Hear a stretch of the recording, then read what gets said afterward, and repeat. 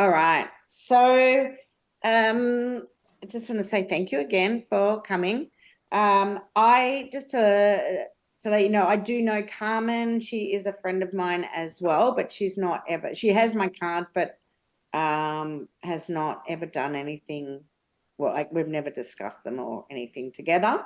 So, um, the other two ladies are Alex and Alexis. It's nice to meet you both.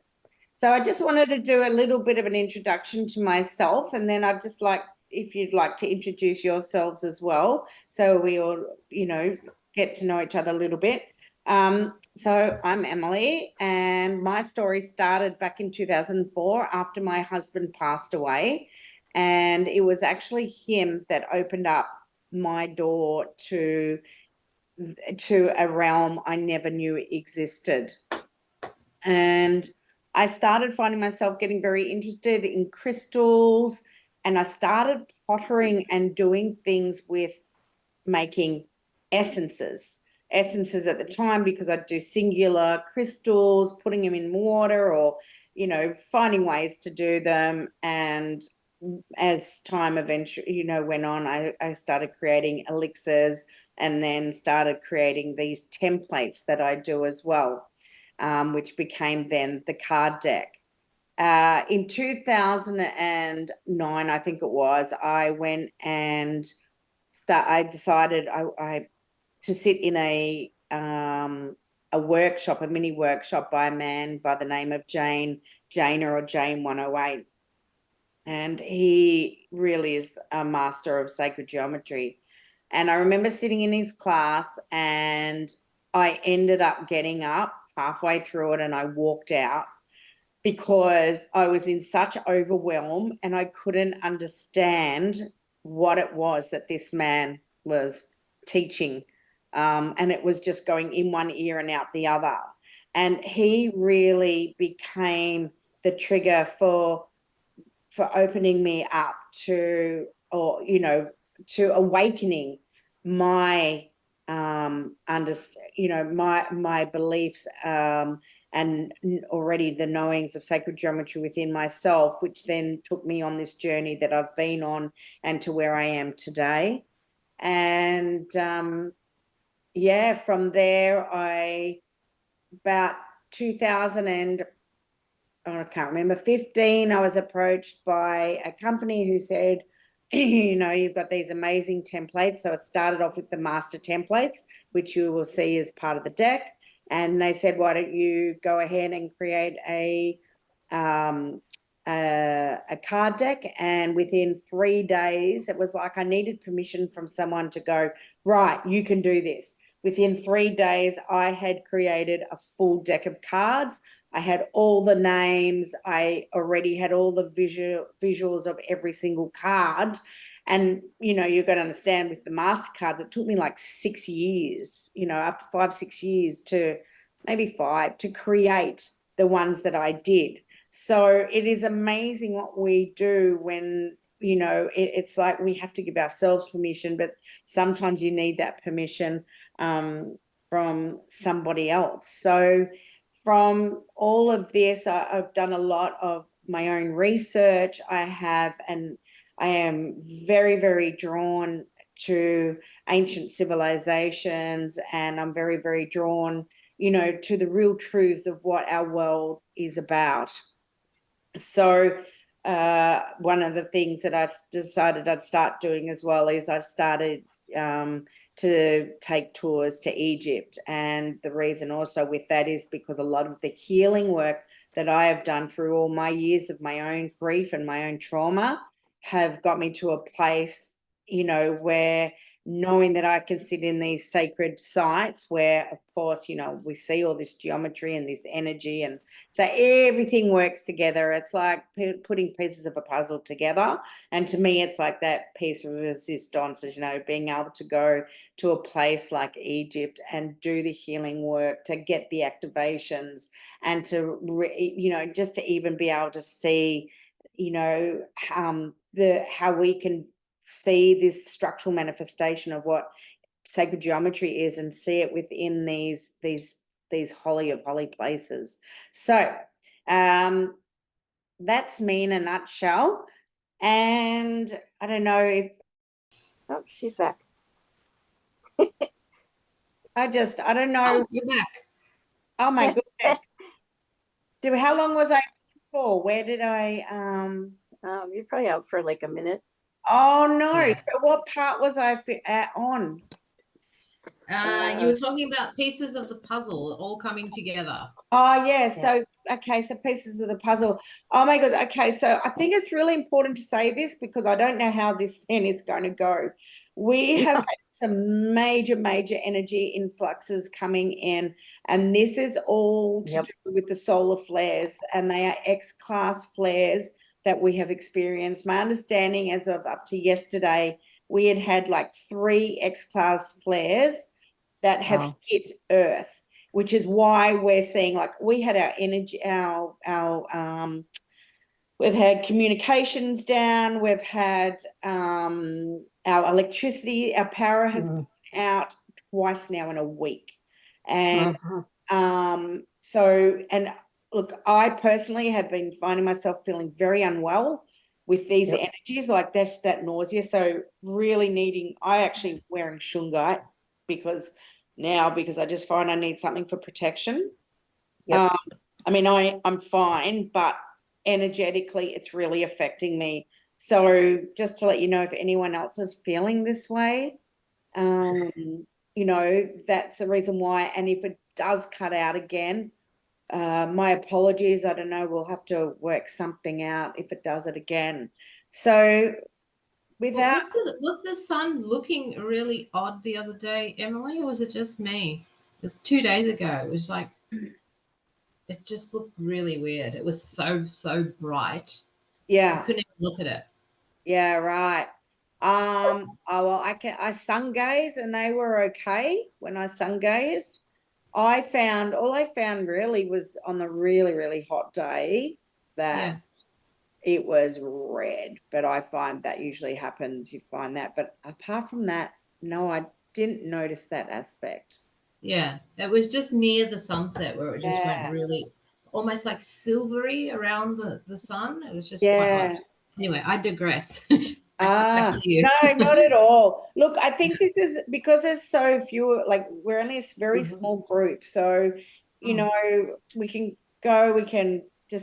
I'll go through what I've got. Please ask any questions. Alexis, are you still there? I've lost Alex. Yeah. I'm not Yeah, sure. I'm still here. Alex. Yeah. Okay, so Carmen, do you want to just introduce yourself before we start? Yeah, sure. Yeah, so I'm Carmen. I'm friends with Emily. We met through mutual people, mutual friends. Where do I start? I suppose I've come out from a corporate environment, a corporate IT environment, and I started to delve into all of these esoteric topics, and have a huge spiritual awakening, and everything just turned upside down for me. So it's just then I started delving into like learning so much about different things that I just felt so drawn to. It's just like it's not like I was just pulled towards them, and I think we're pulled towards the people that we're meant to be around, we resonate with, and that's why I'm here now. Because like Emily and what you're talking about and the pieces of the puzzle, that's why I remembered that, because it's like, oh yeah, that really makes a lot of sense to me. It's like the little pieces of the puzzle, and it all starts to come together, and you form this picture of yeah. But yeah, that's me, and I've been studying life coaching over the last 5 years as well. I did 3 years of life coaching and Reiki and tarot and all sorts of different things. So yeah, happy to learn. I'm a lifelong learner. So Thank you, and thank you for coming. So thank you for inviting me. You're welcome, Alexis. Yes, I'm Alexis. I'm from the United States, so I'm in your past. It's still Friday here, Friday afternoon. Yeah. And speaking of outages, there was a major cell phone outage. It didn't affect me, but a lot of the carriers completely crashed yesterday, and people were going nuts. And I was just glad I don't work in the cell phone industry anymore.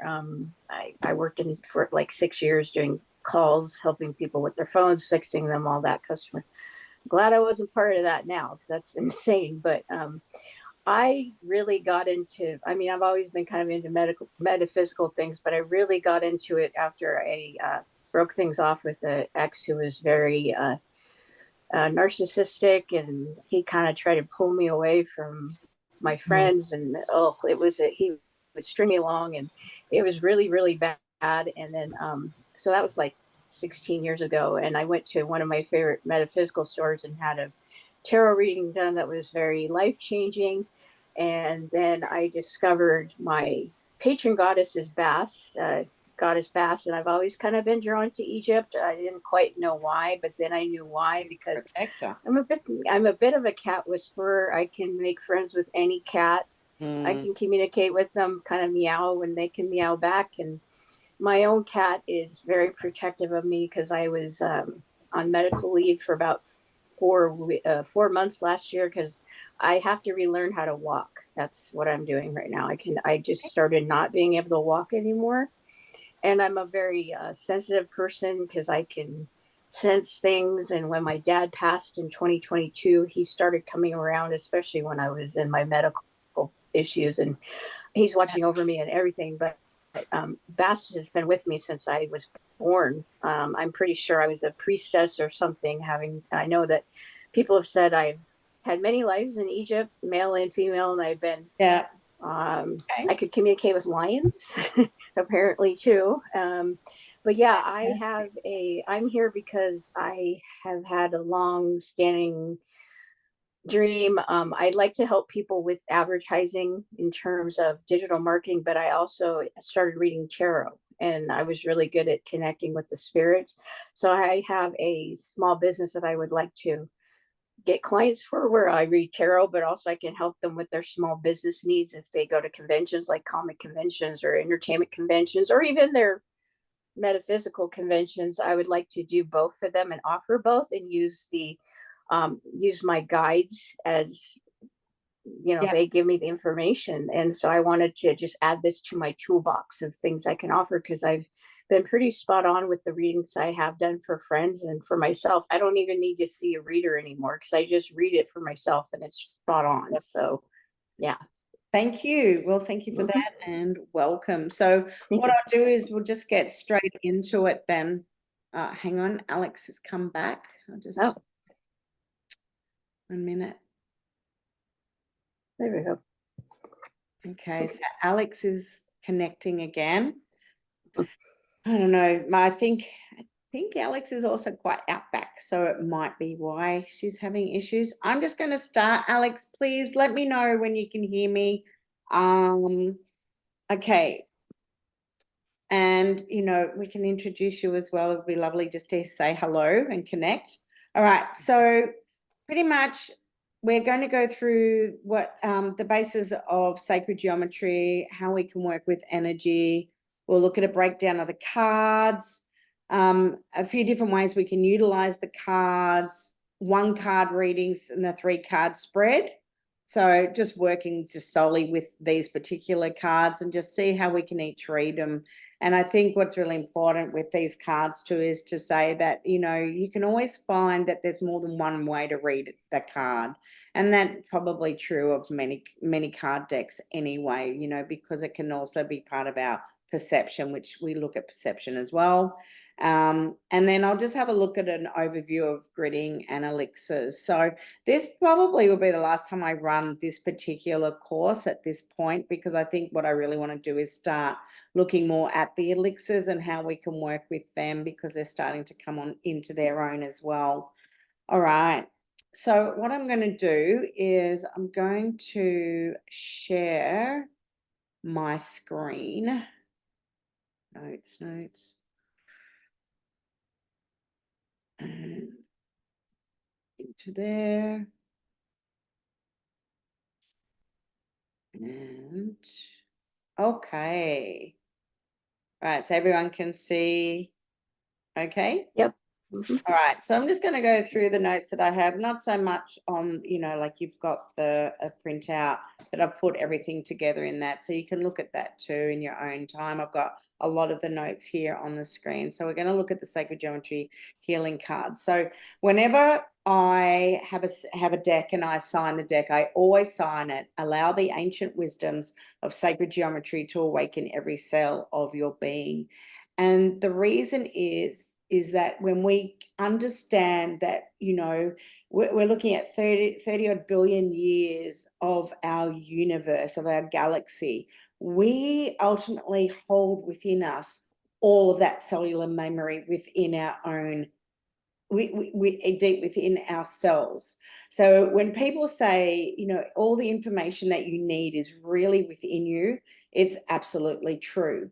It's when we go within and we really connect into our higher self is when we can start to access information. And, you know, when we start to find that we start to get an interest in something, or we acknowledge, you know, an aspect of oh, it doesn't matter what it is, something that really takes your interest, that's when we go, okay, let's find a course, or we want to further our studies and we want to learn a little bit more. This particular picture, and this one is very much very important part of the creation story, and it's the flower of life. This particular flower of life is seen in the Osirian temple, which is in Abydos, and it is actually behind the Seti I temple. And this temple, you know, is so much older than what it is what they would say it to be. And it is the oldest known etching of the flower of life. It's said to be in ochre. It's not actually lasered in. Okay. So why I created the cards. So when we look at sacred geometry is a visual representation of energy. It is a structural manifestation of vibration. Okay, so if we can actually see these structures, and we'll get into that as well during the session. Allowing others to work with it on a daily basis, knowing that our universe is based on these building blocks. And the more that you work with this sacred knowledge, you will start to remember, reawaken, and reactivate every cell of your being.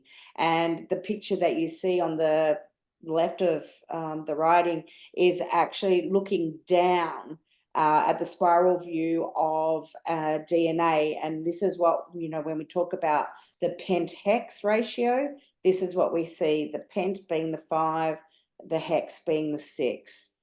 And it was actually interesting because there's something I'm looking at interpreting something of one of the Neteru of the god or goddesses, whatever you want to call her, Seshat in Egypt.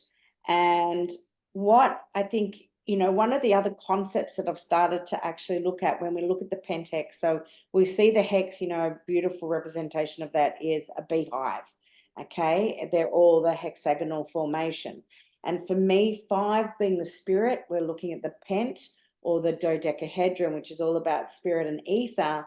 But as soon as it's like we add that one extra, that hex, it then becomes that structural manifestation.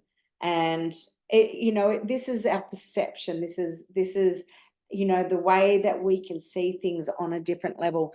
Do either of you have any questions? Please ask me while I'm going, if you have anything to ask. So one of the, this is actually a big grid that I put together when I was in Peru. And one of my sayings is the synergy. So synergy being putting, you know, as we actually put different aspects together, it's not just one piece of energy, it's a synergy of energy, of divine, of energy, frequency, vibration, create a musical harmonic that our soul recognizes and absorbs, creating a master template to help expand our awakening. And we can, you know, ultimately take anything, because it's understanding that everything is energy and we can place it together to create a synergy of energy of whatever it is that we're here to make manifest. All right. So we've got the sacred geometry cards. So how are we working with these sacred geometry cards? And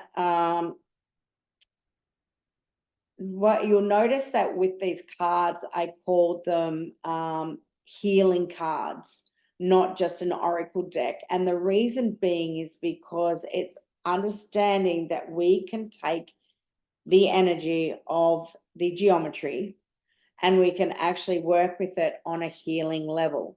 So we can actually, you know, within our own healing work that we do, you know, we can expand it out further, because with intention, we're actually taking a particular card for a particular reason for yourself or for your client. So, and it can be a reading, it can be an actual healing, it can be creating, you know, an elixir. We can lay the card on our bodies. I used to always put them, like when I did the healing work, I would put them under, actually on the ground. I'd put them under there and I'd placement. So everything's placement as well, where I wanted to put it. And I would also put it underneath the actual sheet. So I might have one under the pillow, for example, and one at the you know, solar sacral. Whatever felt right is what I would do. I would then also put the cards on the body, or if I personally am in meditation, I'd put them on the body as well. And if we put a glass of water on a particular card, we can absorb the frequency and create a vibrational, you know, water that we can then drink. You can sleep with a card under your pillow. I had a client years ago when I first brought the cards out. God love her. Anyway, I remember she came to my stall and she had bought a few cards. At the time, it was the template she had bought, not the card deck.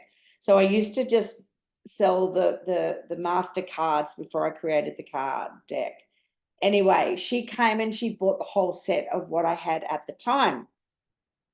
And she went home, she came back the next day and she said, oh my God, she'd had the best, like well, not even the best, it wasn't the best sleep, but she said the most phenomenal night of her life, because she had too much energy under her pillow and she was being activated. It's understanding that, you know, we get activated when we're working with something new as well.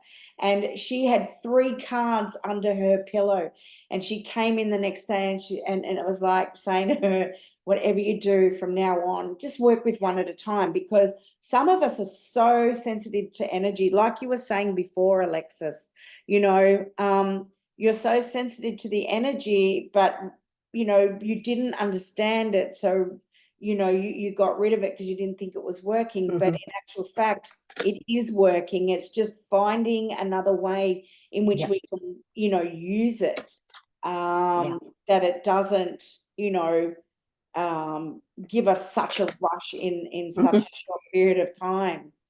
So yeah, so meditating on a card, placing it at your heart or into it where it feels right to be put or held. Okay, so this is a little bit about perception. And one of the quotes I love is a Wayne Dyer. When you change the way you look at things, the things you look at change. So when we actually look at, I learned how to do this yesterday. I'm going to get it up. Hang on. Laser point. So when we actually look at these 2 pictures, and then I've got again on the next page, depending on how we perceive, we can either just see this hexagonal shape, or we can look at it and go, well, hang on a minute, I actually see a cube. So you can actually see the outline of the cube here. You've got it there, got it there. But then you can go over here and you go, okay, but if I look again, I can actually see a Star of David. And then if I look again, I'm going to go to the next page. Hang on. Oh, what's happened here? Oh, there we go. We can actually see, this is what we call a universal hexagram. and you can see it, this particular shape that is also in here. So you can see here how, you can see this one. If you were to put it in, you would see it in there. Okay, so this is just showing you that when we change the way we look at things, the things that we look at change. Do you have any questions on this one? No. Nope. Okay. Just the how you had the 369. Yeah. I actually just put this on before. Again, this is actually Jane's work, and I put it here because to understand a little bit more of what the unicursal hexagram is about, you know, if you were probably pagan, or I think a follower of Crowley, which I don't think he's you know, that energy there is, Yeah. you know, fabulous. Yeah. You can use it in different ways. It's understanding we can use it for magic, but then again, we can use any shape for magic. It depends on our intention of what we want to create. But why I put that there is because it's looking, for me, it's about how does this shape represent, you know, sacred geometry, and, you know, because it's really a compression of the Star of David, and looking at it in a different matter, and the way Jane has discovered it. So when we look at this outer here, okay, what you'll see is a sequence of 24 numbers. Now, the sequence of the Fibonacci the Fibonacci sequence is 24 numbers. It's when we compound the numbers to create. So you go 1, 1, 2, 3, 5, 8, 4, 3, 7, 1, and keep going round. So what he has done to draw this particular shape, he's starting here at the 3. And what he's showing is that if you were to just continue drawing this shape, 3, 6, 9, 3, 6, 9, 3, 6, 9. And of course, if we only knew the magnificence of the 3, 6, 9, we'd have the key to the universe. So, you know, it's just showing how these shapes can actually be represented. And he actually had another picture after this that showed if I think it was, he drew the picture 3 or 4 times, you actually also can get the Maltese cross. But when I look at it, I see the 4-leaf clover, like the way it is represented again, which is, you know, when we get the 4-leaf clover, it's like looking at that, you know, it's like luck, isn't it? It's just, I don't know, it's for me, this is the perception of it. For me, it's not about using it for dark, you know, the dark, and which is where I feel Crowley and his stuff, it was not great, you know, nice things. But this is where I think it's really important to understand when we're actually dealing with, you know, the deep state, and we're dealing with that dark side, is that, you know, they take numbers. For example, 666 is the number of the beast. The 666 is actually the number of the sun. The 666 also has to do with a representation of it's part of our carbon, the carbon 12. Okay, it's got nothing to do with the number of the beast, but it's how it's represented. And this is a problem. It's like the swastika. The swastika was actually taken originally from a Hindu symbol, and it was turned, which created something negative. So, you know, this is the thing. Everything that is sacred, which sacred being permanency, has been taken and turned to become something, you know, negative for these people. And that's what people need to understand. It isn't that way at all. All right. Does that explain? Yeah. It was also like 369 in terms of like the Tesla. Yep. That's it. Yeah. Yeah. Yeah. If you want the if you want to know the key to I always get, hang on. If you want to know You want to know the key to the universe? Think in terms of 3, 6, 9. Something like that. Yes. So they are, it's 3, 6, 9, 12, 144. They are very, sacred numbers. Yeah. Thank you. All right. So already with what we've been talking about, what is energy? Where attention goes, energy flows. So whether it be the word or consciousness, energy created matter. So, and for me, energy created form, consciousness created form, consciousness created matter. Okay. All things, is that? Do you see that? I don't even know. All living things carry their own frequency and vibration from the atomic to the galactic. So everything in the universe is moving, living energy, which vibrates to a certain frequency, be it plant, animal, human, or gemstone. When we are healthy, the relationship of our energy systems is balanced. If the relationship between the mind, body, and soul breaks down, an imbalance occurs that will eventually lead to energy becoming stagnant and will create dis-ease within the body. So what is really important to understand is that everything in our universe is moving, living energy. Everything from ourselves to our chairs. Our chairs are energy. Okay. The difference is that we are at a much higher frequency than what, we look at our table and a chair, but they are all made of matter. They are all made of an atomic structure. Just some are at a very, very low vibration, some are very high. And, the likes of Billy Carson will tell you that, if our frequency was to match the frequency of the table or chair, we would be able to put, our hands right through them. But we're at a very, very, very different frequency and density to what that is. Any questions? Or make sense? I've always felt that. I always knew that from a young age that everything had energy. It was just something I knew when I came here. It was like everything, the furniture, everything. I just knew it. But I didn't like to tell a lot of people because they might think I was kind of nuts. But completely agree with everything you said. Yeah.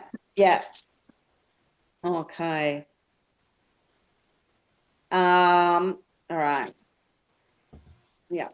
So consciousness and energy. I put in a couple of extra slides before just because I wanted to put a bit more information. So it might just be that at some point I will come back to this, but as a workshop. But anyway, so just to reiterate, we are here to tap into our senses beyond the physical existence. And saying that is, so Abdel Hakim Oyan, so I'm, you might see that through some of my posts, I'm working with Youssef Oyan when I go back to Egypt. And this is actually his father. He passed away a while ago now, but he was an indigenous wisdom keeper, an archaeologist, and he has always stated, and if you actually watch, I did put it in the emails are sent out, but if you actually watch the Pyramid Codes, it's one of the best documentaries I've seen. I've watched it a few times. He talks about this and he says that he believes we have 360, senses, not 6. And what it's saying is that we haven't even started to tap in to our true abilities.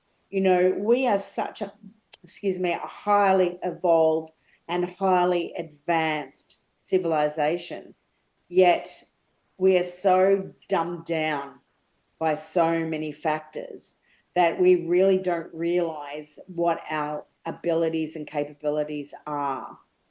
So what I also love, and just talking about the 3s and the 6s and the 9s, everything either adds up to a 3, 6, or 9 at any point in time, like the 360 is a 9.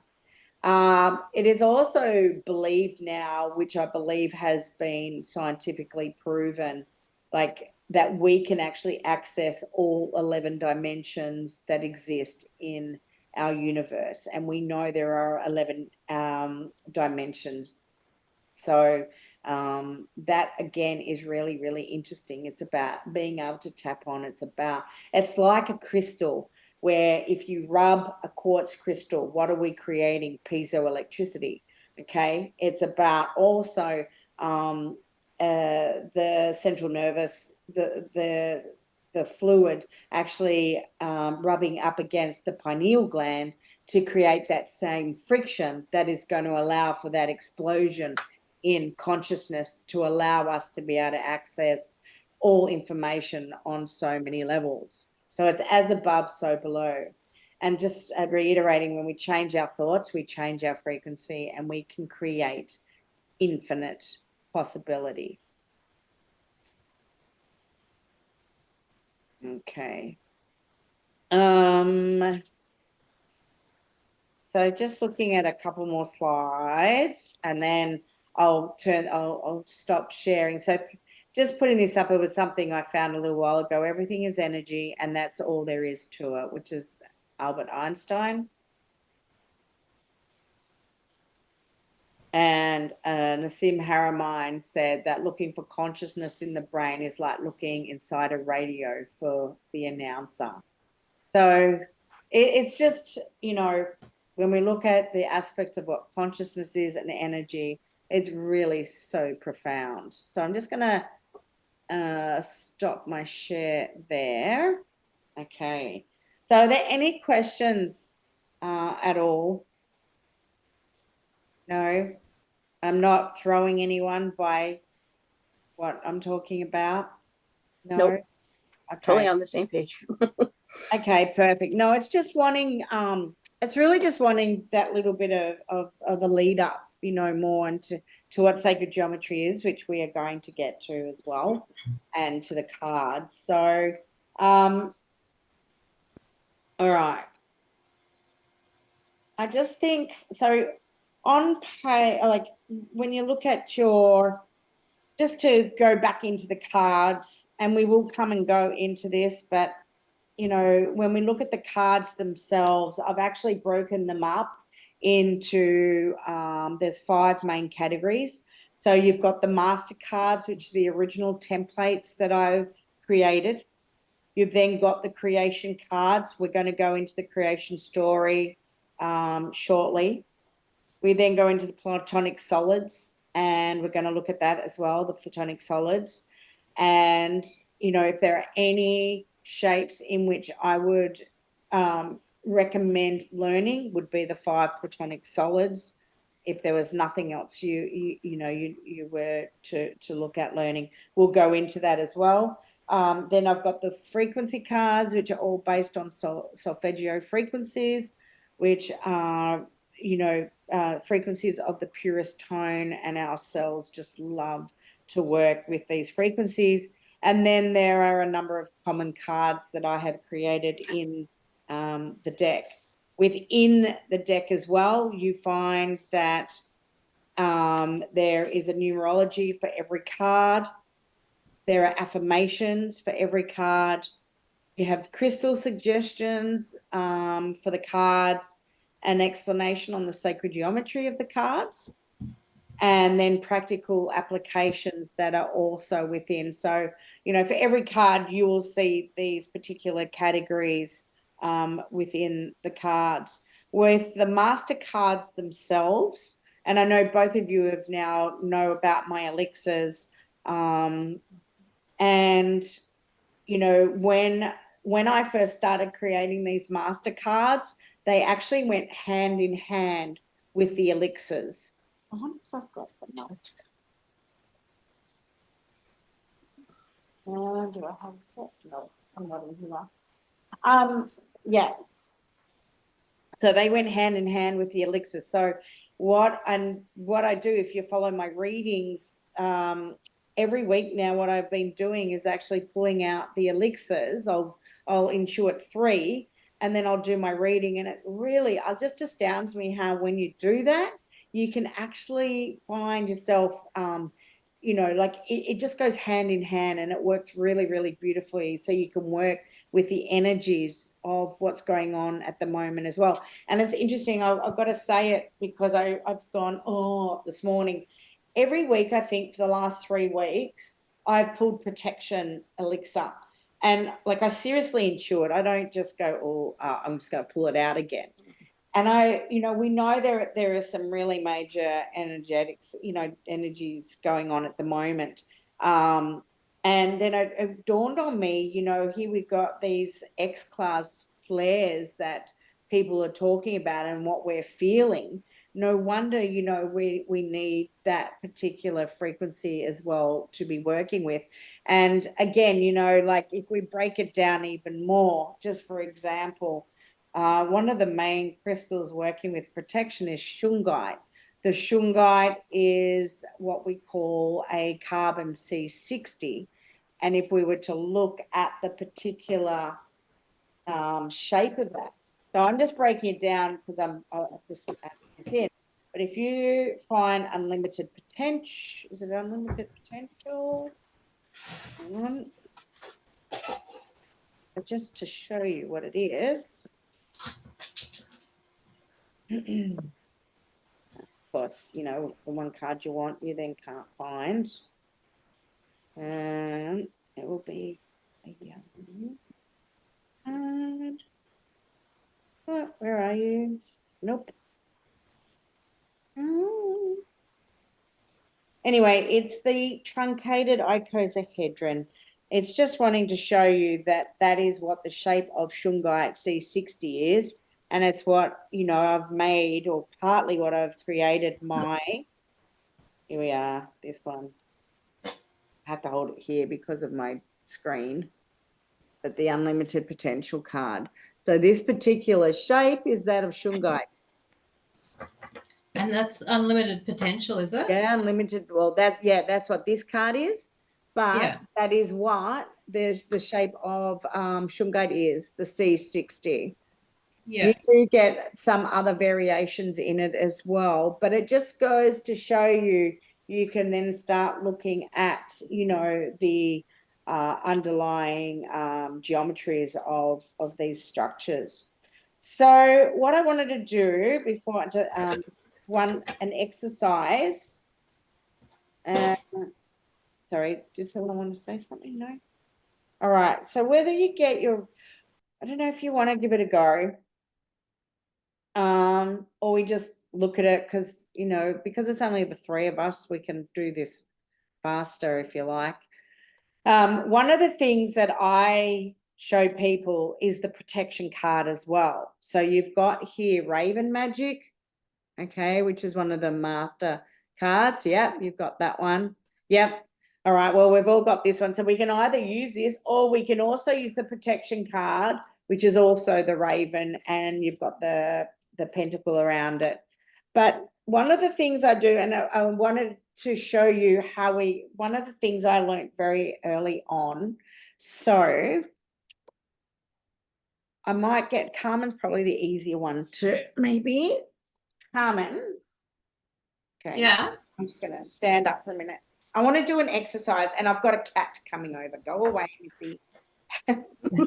Sorry, you can't see my face now standing up. Hang on, I'll just adjust this. Don't want to knock my water either. Hydrogen bottle got broken yesterday by my granddaughter. So, nah, go on, go away. Anyway, I have this exercise. So it's learning about energy and how we can manipulate energy. Okay. So it works. We've done this over the computer screen many a times. So what it is, you've got 2 people that are standing in front of each other. And I actually might take this off, I think, just for this one. Anyway, so the first person goes first. So what I want you to do, I want to show how we can shift energy, okay? So I want you to just relax your body. I don't want you to put up your walls. I want you to know that, like, this is safe. I'm not here to send anything bad to you. I just want you, no walls up. I don't want you to put up any protection mechanisms. I just want you to tell me when you're ready. You can close your eyes. I just want you to, nothing. And what I'm Okay. going to do is I'm going to direct my energy at you, okay? And then I want to see what your response is. Like, how do you react? Do you start to, move around, or what do you feel? All right. So tell me when you're ready, and I'm going to send energy your way. Okay, I'm ready.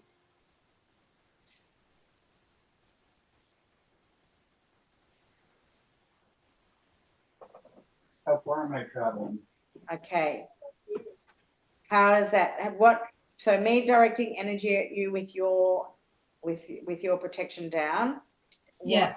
What response? I just felt it coming towards me. It was like I was going, ooh. Yeah. Okay. Now I want you to change that, and I want you Yeah. to put up your guard and tell me when your guard is up, and I'm going to do it again. Okay.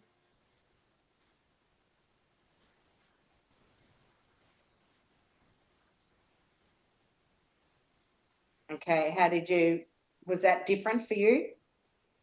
I was swaying a bit, but it's almost like it was bouncing off more so. Okay. So, but different from the first time. Okay. Yeah. So then what I want you to do is get your protection card, and I want you to hold it around the solar plexus, Mm-hmm. and with intention, have this as your protection and your guard. And then when you're at that point, tell me, and I will send energy again.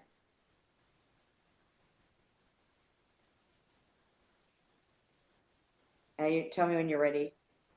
Okay. Ready? Mm-hmm.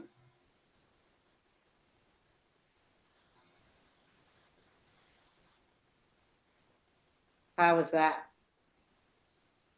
I felt a lot more solid. Yeah. And I, as the one pushing, feel that I could feel a block that I couldn't get past that energy source. So Yeah. do you want to see how it feels doing it back to me? Sure. Yeah. All right. So I'm going to not put my guard up at all. I'm going to have myself totally. So All did right. you do anything? Did you put your hands out or anything? Because I Oh, haven't asked. I found I just did this. Okay. But that's just what I was doing. But you don't have to. You can just send it. But yeah, whatever you feels for you. Okay. All Let me know when you're ready. Ready.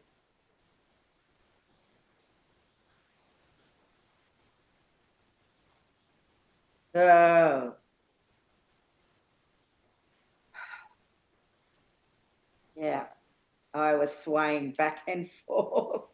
I was sending you Oh love. my God. It's like, love. But you can feel it too. Yeah, I When felt you it. push the I felt energy. it. Yeah. Yeah. All right. So now I'm going to change that. And I'm going to put my guard up again.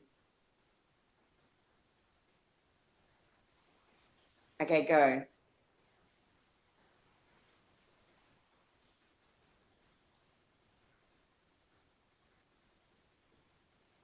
Can you feel the difference? Yeah, it feels almost like it's colder. Yeah. Like I don't, like before it was like hot. It's like from Interesting. that sensation. It's like it's sending the energy, but now it's a bit colder. Yeah. Mm. Right. So I guess I'm doing this so you can feel the difference as well. Yeah. I don't know if Alexis would like to have a go as well. All right. Okay, go.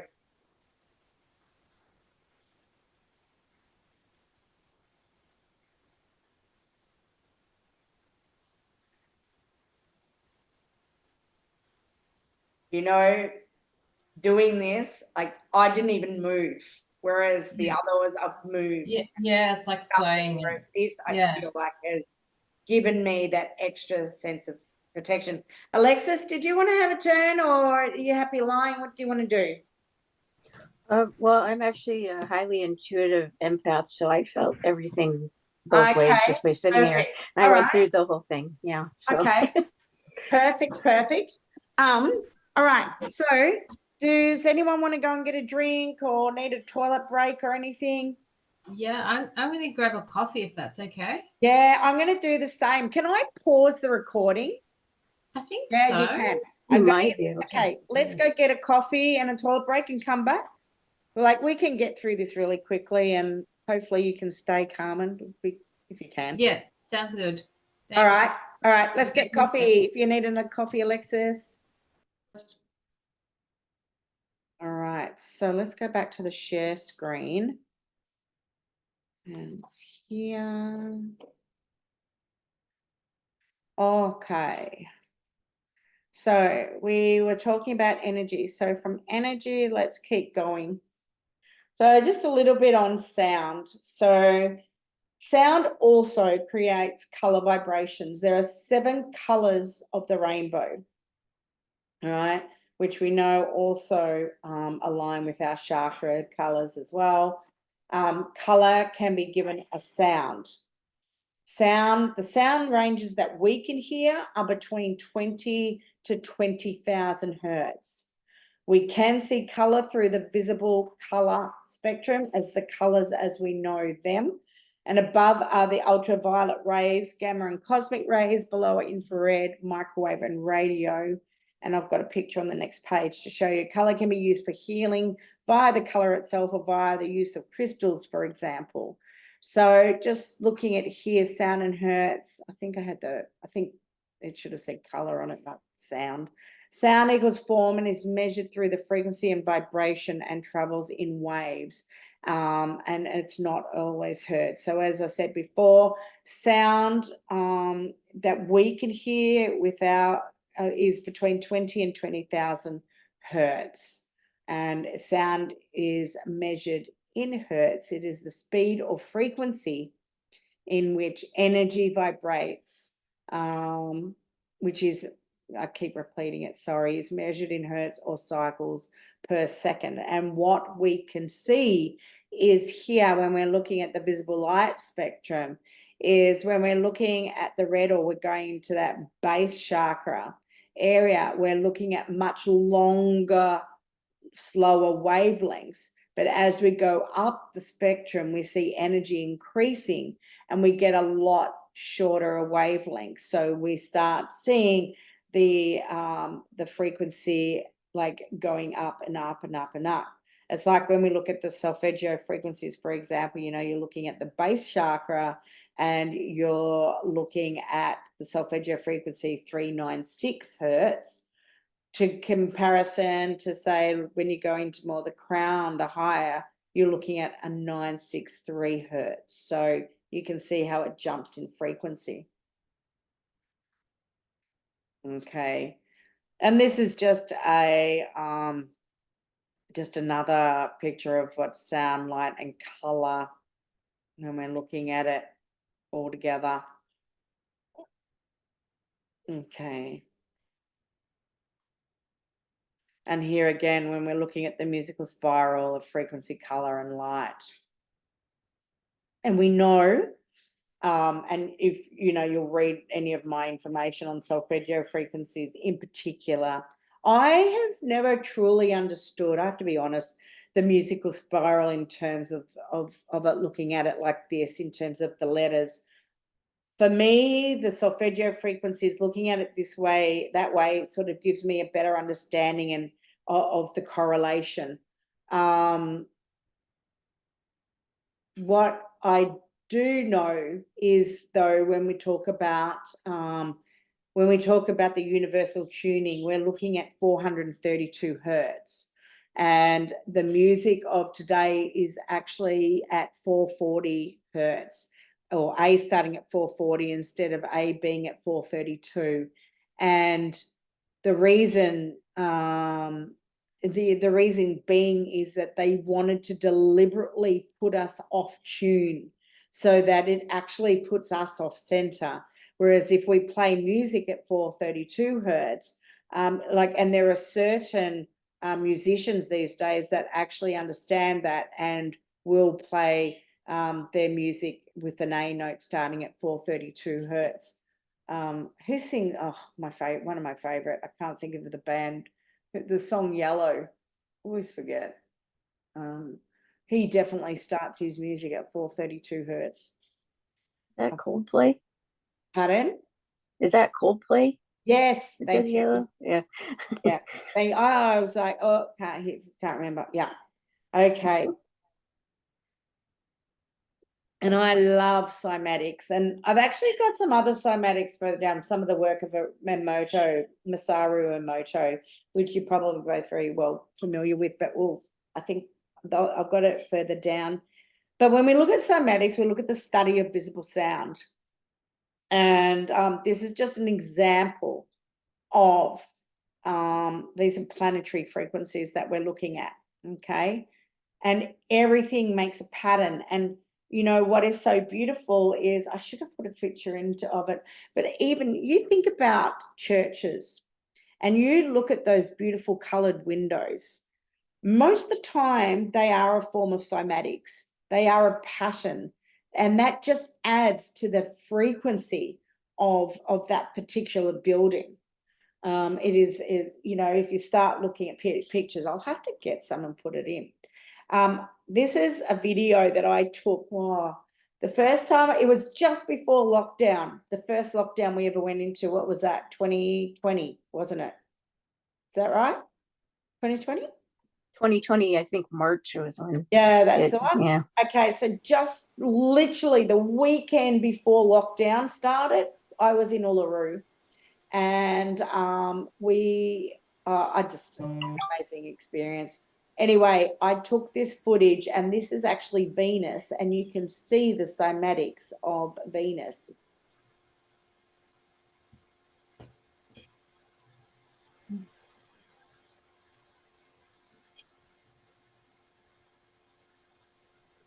The sound. Everything has a frequency, everything. And what is so amazing is, how we can actually see the cymatics, visible form.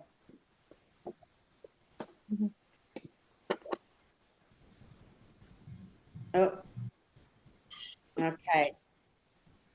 Any questions at all? All right, so let's look at what sacred geometry is. So sacred geometry. So when we talk about the word sacred here, it doesn't pertain to something that means holy. It actually is talking about permanency. It is a fixed law of nature, and it's unchangeable.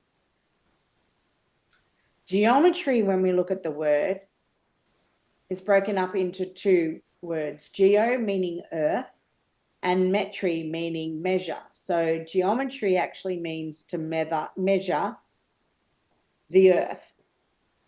And I'd like to say that the picture here is actually of my sunflower in my garden and one of my beautiful little working girls. Pretty. You get a little bit of joy. They're your little babies. Yeah. Anyway, and it is a perfect representation of the Fibonacci sequence and, geometry in nature. Okay. So what is sacred geometry?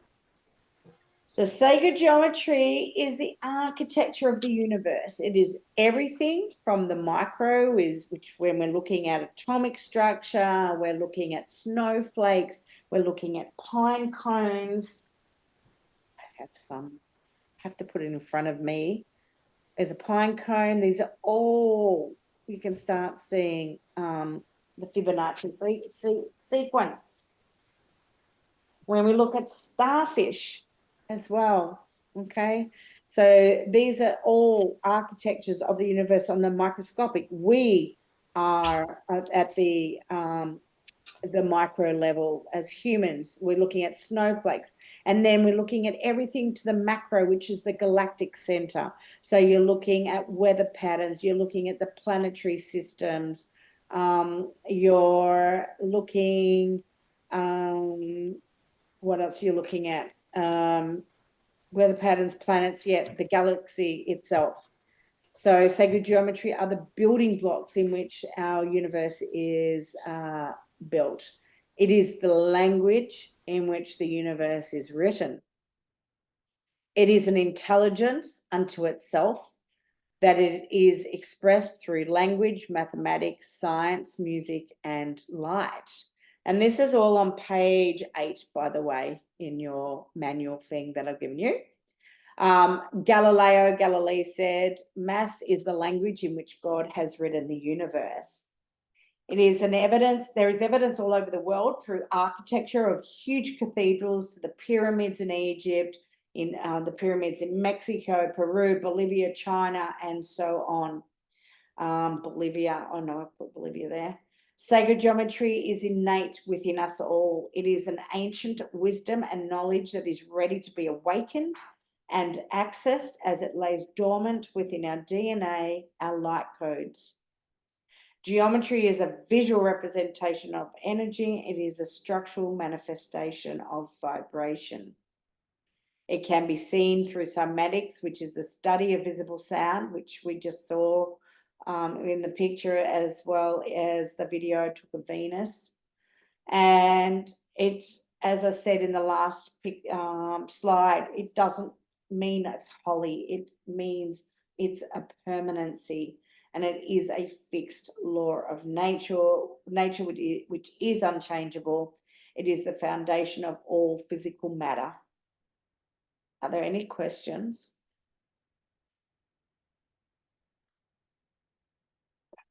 So again, it's just some pictures here showing the microcosm and the macrocosm.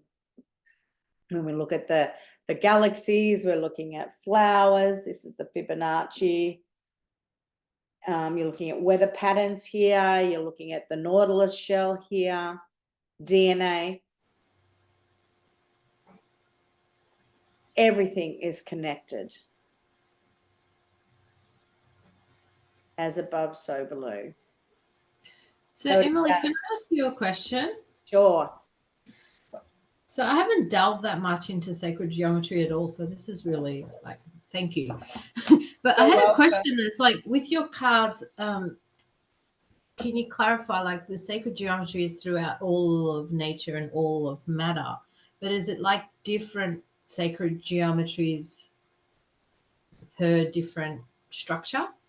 Does that make sense? So there are different structures, yes. So you have the primary structures.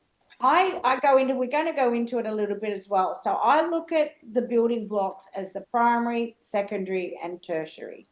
The primary is the Platonic, secondary is like the Archimedean, and then you get into your tertiary, like your Catalan solids. There are so many different shapes, and I don't know half of them, but I am familiar with many of them. And it is all within the creation story that we start seeing the building blocks arise. And the first building blocks to come around are the Platonic solids. So if there are any solids, any shapes that you are to learn and become familiar with, are the Platonic solids. Because so does everything they make up the 5 main building blocks of what everything else then expands off or from. Okay. Yeah. Got you. So, like, you know, it's really interesting. I've run this a number of times now, but I feel the most comfortable with it today. And I think I realize, like, you know, people coming to learn, even if you know, sometimes you may realize it's going to come and some may not. And, you know, it can be overwhelming, but it's just understanding that it's, you know, to understand where I've come from, you also need to understand the basis of what it is all about, the structure. And it is making people, and this is the whole concept, which is what you'll see in my card deck. You know, there is a section that is the Platonic solids. Yes, I've used other solids, you know, I've used Archimedean solids and Catalan solids in my card deck as well. But, you know, the Platonic solids have their own little section because they are the main 5 to learn. So we'll go into that as well. Okay. So just, you know, so talking about sacred geometry, it is everything. It is within our language. You know, it's the sound that we create. You know, because the sounds create a frequency, and the frequencies that create form. You know, which is why it's very, very important to be careful of what you speak, because it's, you know, it's here to what we make manifest as well, and how it would look. You know, we could then take, I guess, the best example of that is the Masaru Emoto. Hang on, I'm just going to go forward for a minute. The water. Yeah, yeah. Yeah. I don't know why I put it. I was going to move it today. No, where is it? There. I don't know why I put it there. I think it's just in the wrong spot. But we can see here the visible, you know, study of visible sound. Look at the structure. We've got that hexagonal shape. That is that perfect, beautiful shape that, you know, we know ice and snowflakes create.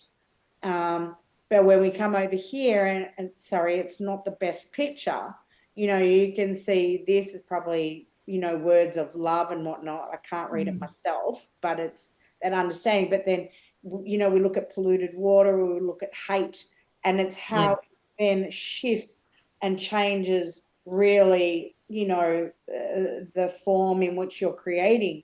And it's understanding that our whole body is 100% geometry.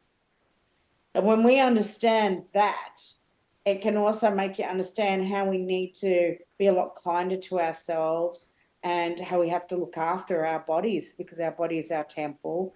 And it, you know, it is the geometry that we're creating within ourselves. To how we do it, we either do it with beauty and love, or we can give it hate and disrespect and whatnot, you know. So is the hate, what appears there in the hate, is that a form of sacred geometry, or is that just completely out of resonance with anything? It's just there's no it's just an awful resonance, because it doesn't create a beautiful form. Like you're not in alignment. You're totally out. Yeah. You know, it doesn't create like a sacred geometry. Yeah. You look at all these. These are all geometrically formed. They are beautiful. Yeah. This one, this one, this one, and this one. You look at these 5 here. Sorry, again, I can't see what the words are. Probably I need to find a better picture for another time, but you can see how it just puts you out of resonance, and this is what will cause dis-ease, you know. So these are all like certain frequencies, like love They're would all be frequency, at 500 and whatever. Yep. But hate also has a frequency, but then everything has a frequency. Are you saying that hate doesn't create sacred geometry in the same way that love it doesn't create the same coherent? Yeah. Oh, sorry, I could hear yelling then. Well, I think the cats are at it. Sorry. Yeah, you don't have the same coherence. You've got you create dissonance. That's what you do. And it actually changes the whole aspect, you know, of form and shape. It just goes, you know, that frequency is changed completely. And you look at everything our world is built upon. It's all structure of you know, some form which has been built with some form of frequency. And you know, it's like the Great Pyramid, you know, that was built with you know, the way that was built, it had to be built with frequency. It just didn't come on a pulley and cart.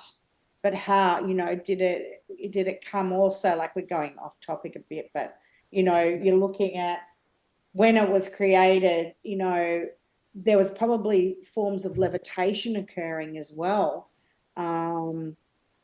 You know, that we're able to put these blocks together, or, you know, certain, anyway, we probably shouldn't go too far off topic in terms of what we're talking about. I'll go back.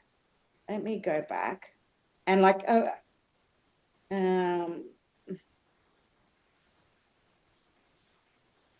so where are we?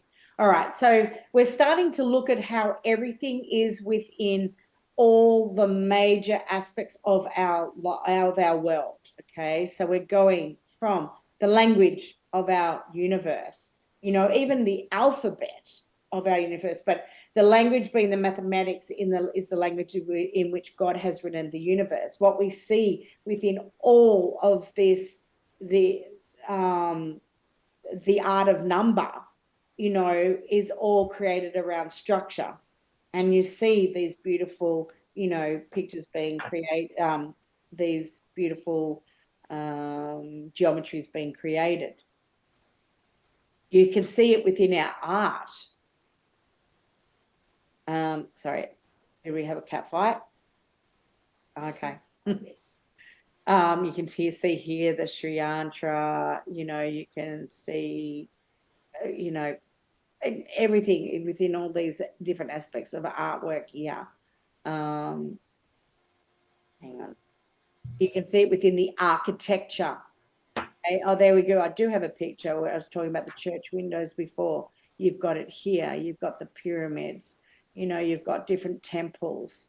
You've got windows. You can see it within our mathematics, you know, your phi, your pi. These are your 5 Platonic solids. Pascal's triangle, you know, everything. See it within all of our science. We see it within our DNA, atomic structure, water. We see it all within the human body. And the best known, you know, picture is Da Vinci's The Vitruvian Man, which is this one here. But that is really deep. There's so much that's involved in this particular picture. And there's a man by the name of Robert Edward Grant who has done a whole thing on what can actually be seen within this picture, you know, go right down to the pyramids. It's quite fascinating when you start looking into it. And I don't by any means understand it all either, but I get blown away just looking and reading things, that's for sure. But, you know, we're even looking here where we can get the Fibonacci ratio, which is what we're seeing here, the golden mean or phi. We can see it in nature, which we already discussed. You know, we've got the pine cones and the starfish. Then we've got the apple, we've got the honeycomb, you've got your Norla shells, the passion flower that's being shown there, like everywhere. So, you know, by also running this, you'll end up going outside and you'll be going, oh my God, like it's your perception. You will start looking at things so differently. This was when when I was in China, I took these photos, and this is the food dog in the Forbidden City in Beijing. And the male holds the world under his paw. And it's actually the flower of life.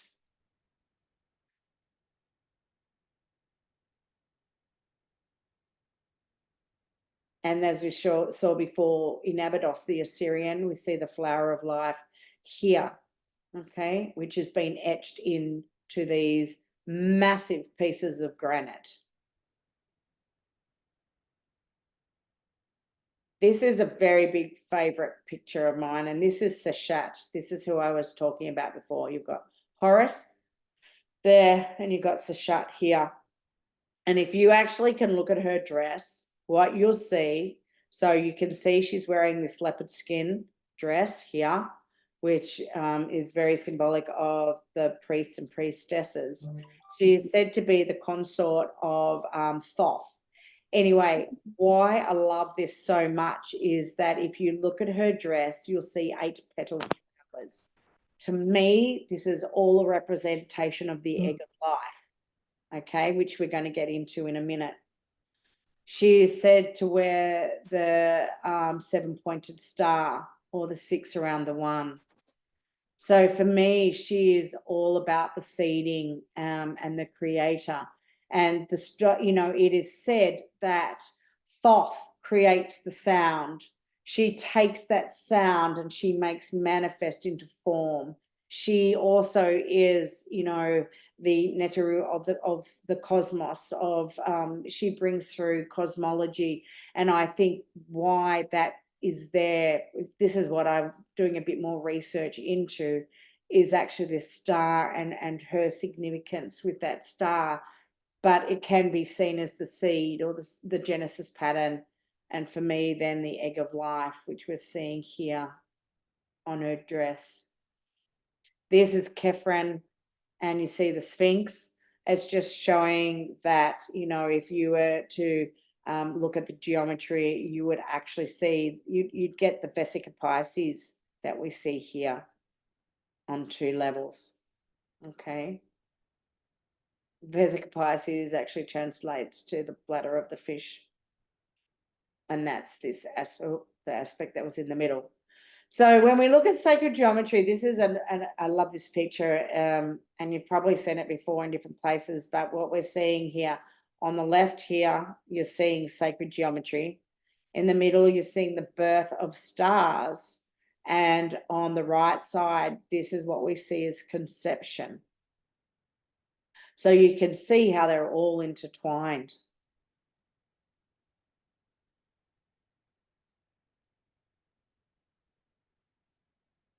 So let's have a look. How's everyone going so far? We okay? Yep. Okay. Alexis? Yeah. Okay, awesome. So I'm just going to go through this, and then I wanted to take you through a short meditation, if that's okay. Yeah? Definitely. Okay. So let's look at creation story. In the first rotation, what do we have? We have a sphere. This sphere, what happened is we talk about consciousness creating form. What we had is 6 lines going in 6 directions. Oh, sorry. We've got up, down, front, back, side, side. Okay. Those lines were then drawn up. If we were to draw them up, if you can visualize it, you'd actually be drawing like a diamond shape. That diamond shape was then spun on its axis. As it spun on an axis, it then created the first sphere. From the first sphere, we get the Vesica Pisces, okay? And it is in this aspect here where light is formed. Some call this the eye of God as well, okay? But in its likeness, it created another sphere. And it kept creating and creating and creating and creating until the 6th day, we actually have the 6 spheres that have we created. This is what we call the Genesis pattern or the seed of life, okay? This is what we see that ends up creating the flower of life to ultimately Metatron's cube, all right? So this is what we call the 6 around a 1. This is what I see around Seshat when I see her as the headdress that she is wearing there. So that's your first round, your first rotation. The second rotation is what we call the egg of life. These, okay, so what they are is 8 cells in 3 dimension or 13 cells in 2 dimension. They are the only cells that stay with us from the time we are conceived to the time we die. These are called the primordial cells, and they sit deep within our perineal area. So the meditation I actually want to do with you when I'll just go through this, the creation story, and then we'll go into it, is actually bringing this egg of life. I want to bring it up into each one of our chakras, okay? Because within this particular structure as well is, you know, the Merkaba, and the Merkaba itself is our ascension vehicle.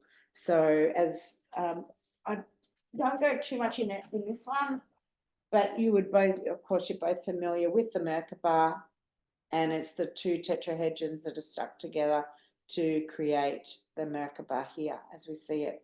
And this shape sits within that egg of life.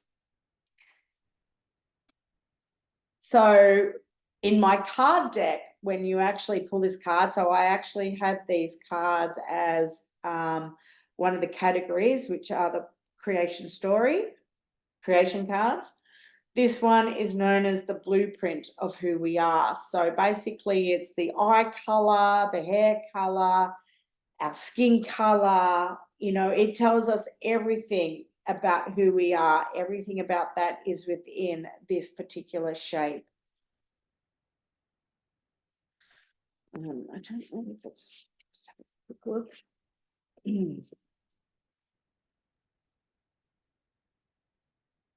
All right. When we go to the third and fourth rotation, we look at the flower of life and the fruit of life. The flower of life was one of the most revered of all the shapes, because it is said that within this shape, all the knowledge and secrets are within here. When we are to remove these two outer concentric circles, what we get is all answers to life.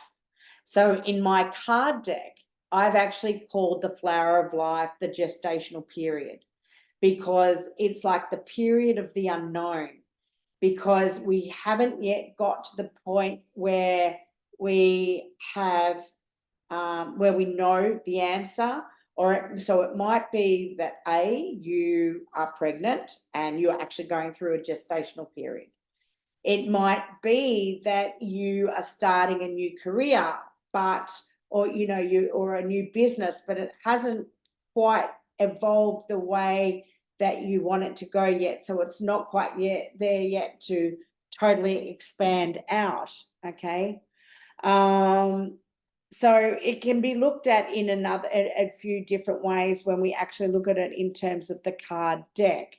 And as you've now seen a couple of times, that this particular shape, the flower of life, the oldest that we know of is actually known of in Abydos at the Assyrian, out the back from the Seti I temple. When we do, excuse me, I'm just going to let my cat in 1 second. He's at the door. Hang on.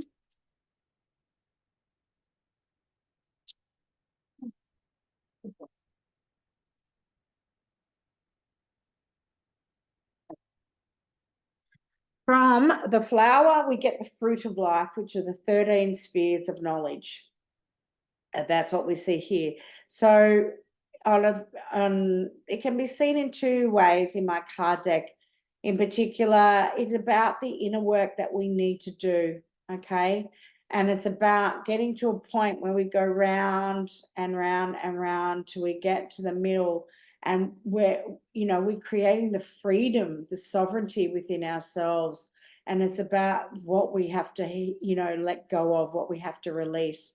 I've actually got a picture of that. I haven't got it on here, but happy to take a picture and send it to you, ladies, at some point as well. The other thing is that if the fruit of life was to come up in the card reading, another way of looking at it is to say, well, maybe, you're ready to learn another tool, or, you're ready to learn more, to go down, maybe, you go, okay, I'm not meant to be on this level, in this job anymore. I need a career change. Maybe I need to go and learn something else. So it can come around in a couple of different ways. When we're looking at this, though, whenever we talk geometry, anything that is circular is the feminine. Anything that is straight lines is considered the masculine. All right. So this is very much the feminine. But what we do is when we get from the fruit of life to the flower, to the Metatron's cube, what we see is the combination of the circles here, the 13 spheres and 78 lines. So here we create the balance, the masculine and the feminine within both.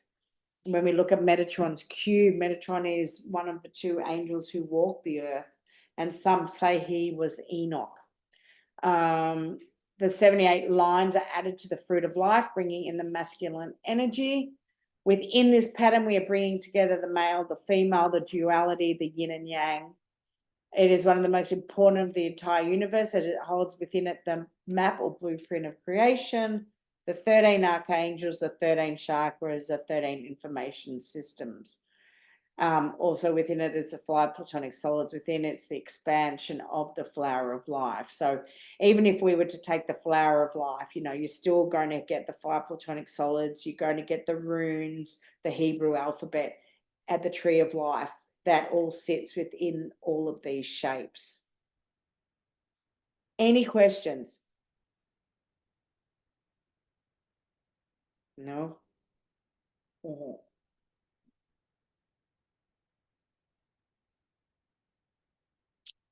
Okay.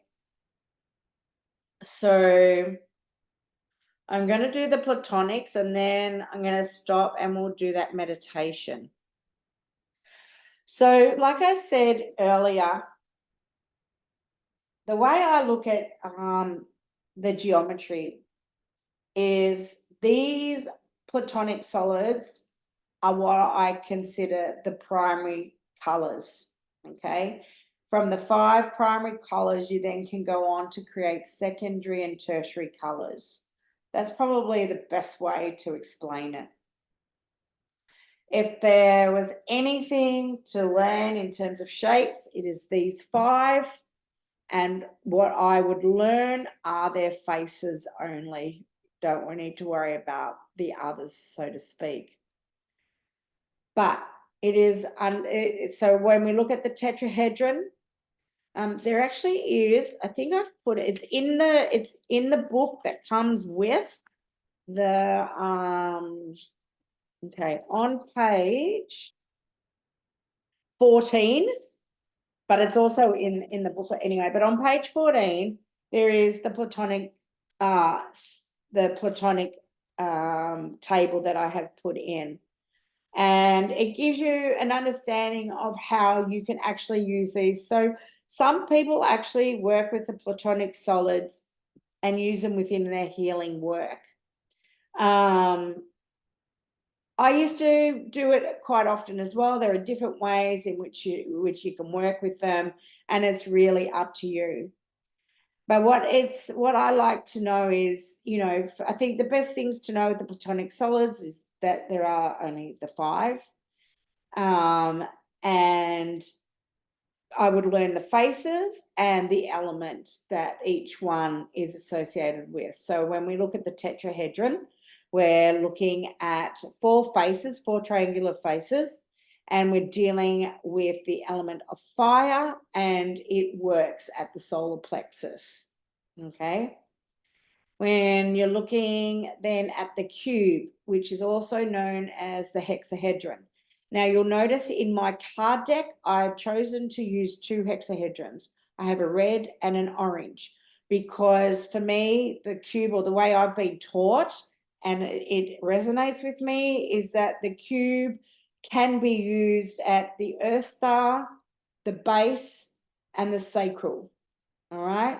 So you can use the cube foundationally at those places, or they associate with those places, I should say, because you can use it in different places for different reasons. That you've got the square faces, and it has the 6 faces, and it associated with Earth. Okay. Then we go on and we look at the octahedron. And just to say also, the reason why you might be questioning, why is the cube after the tetrahedron in this picture? The reason being is that the tetrahedron is actually the first platonic solid to be created through the creation story.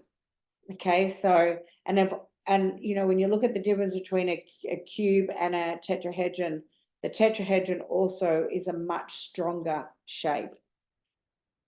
Going on to the octahedron. The octahedron has 8 faces, 8 triangular faces.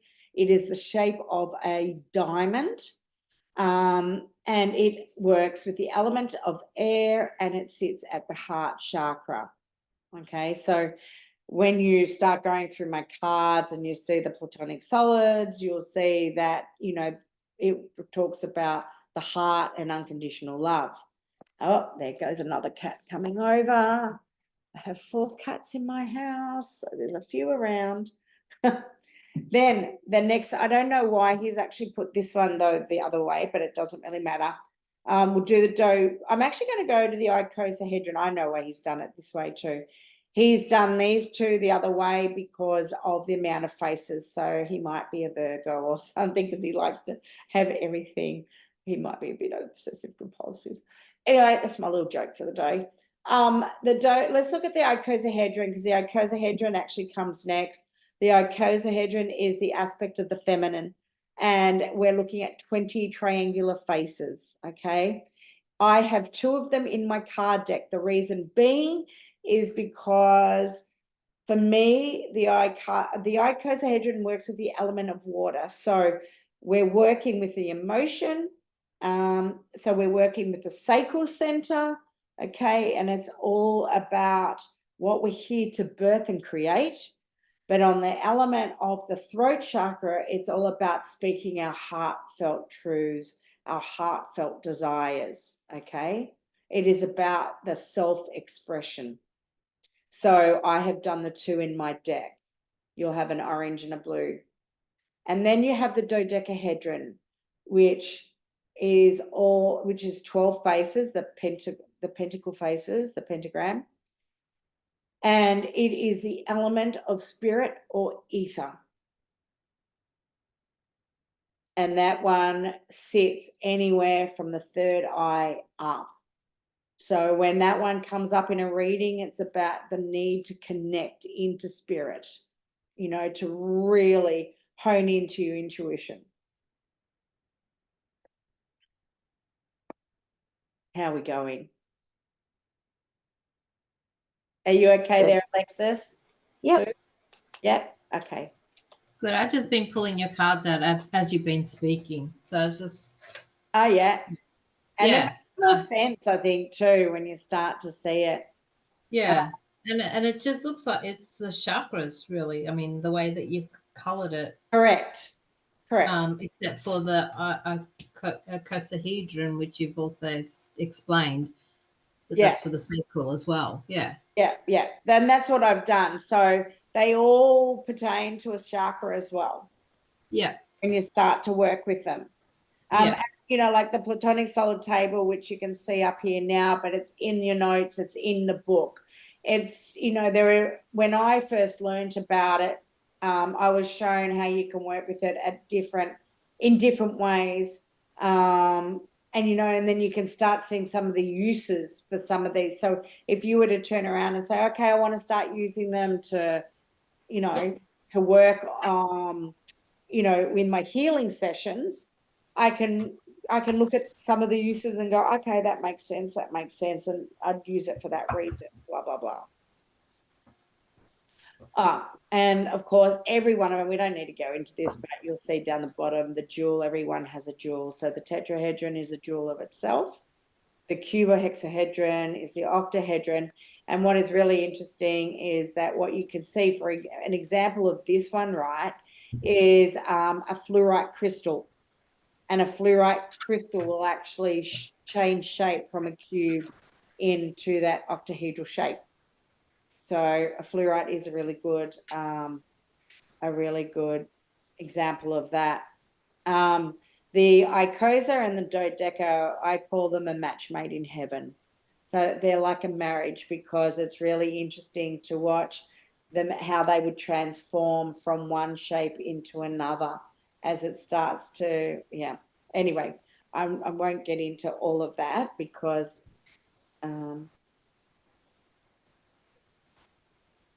all right. So how are we going for time? Oh, okay. I'm talking a lot more than I normally would. So I think maybe. All right. So really what I want to do is a meditation, or what I could do. Do you want me to just finish going through it all and then do the meditation at the end? Sure. Finish it off with the meditation. Yeah. Maybe I'll do that. I'll do it a little bit differently. Is that all right? Yeah. Yeah. All right. Because then I'll get through it all so let me do it. Let me just go through my notes and then let's just do a couple of card readings. And then, because there's only 3 of us, so we can read for each other. And then, like, because normally you'd be in breakout groups, but there's not enough people. So, or you can do it for each other. That's the other thing you could do. Can't stop fidgeting. All right, let me just go back. Become a fidget spinner. I laugh at myself again. Oh, gone far. Okay, so basically, I created this deck from my master templates. Mind you, when I created the deck, the only one that's not in the deck is this Seed of the Soul, but you all have a picture of that. All of you who have, those who are meant to be here as well, have this picture. So you're welcome to print it off and you can use it as a template. You can do whatever you like with it. I do have big write-ups of it, but this is something I haven't decided what I'm going to do with all my write-ups, because I did have an ebook at one point, but I took it down because I feel like I needed to rewrite it. Anyway, so you do have a picture. You have this in your notes. So what I've done is I've just pretty much just put the 12 master templates and the main reasons to work with it. I also think that in the notes that I've given you, I'm pretty sure I also, or I may not have, but I may have. Now let me check.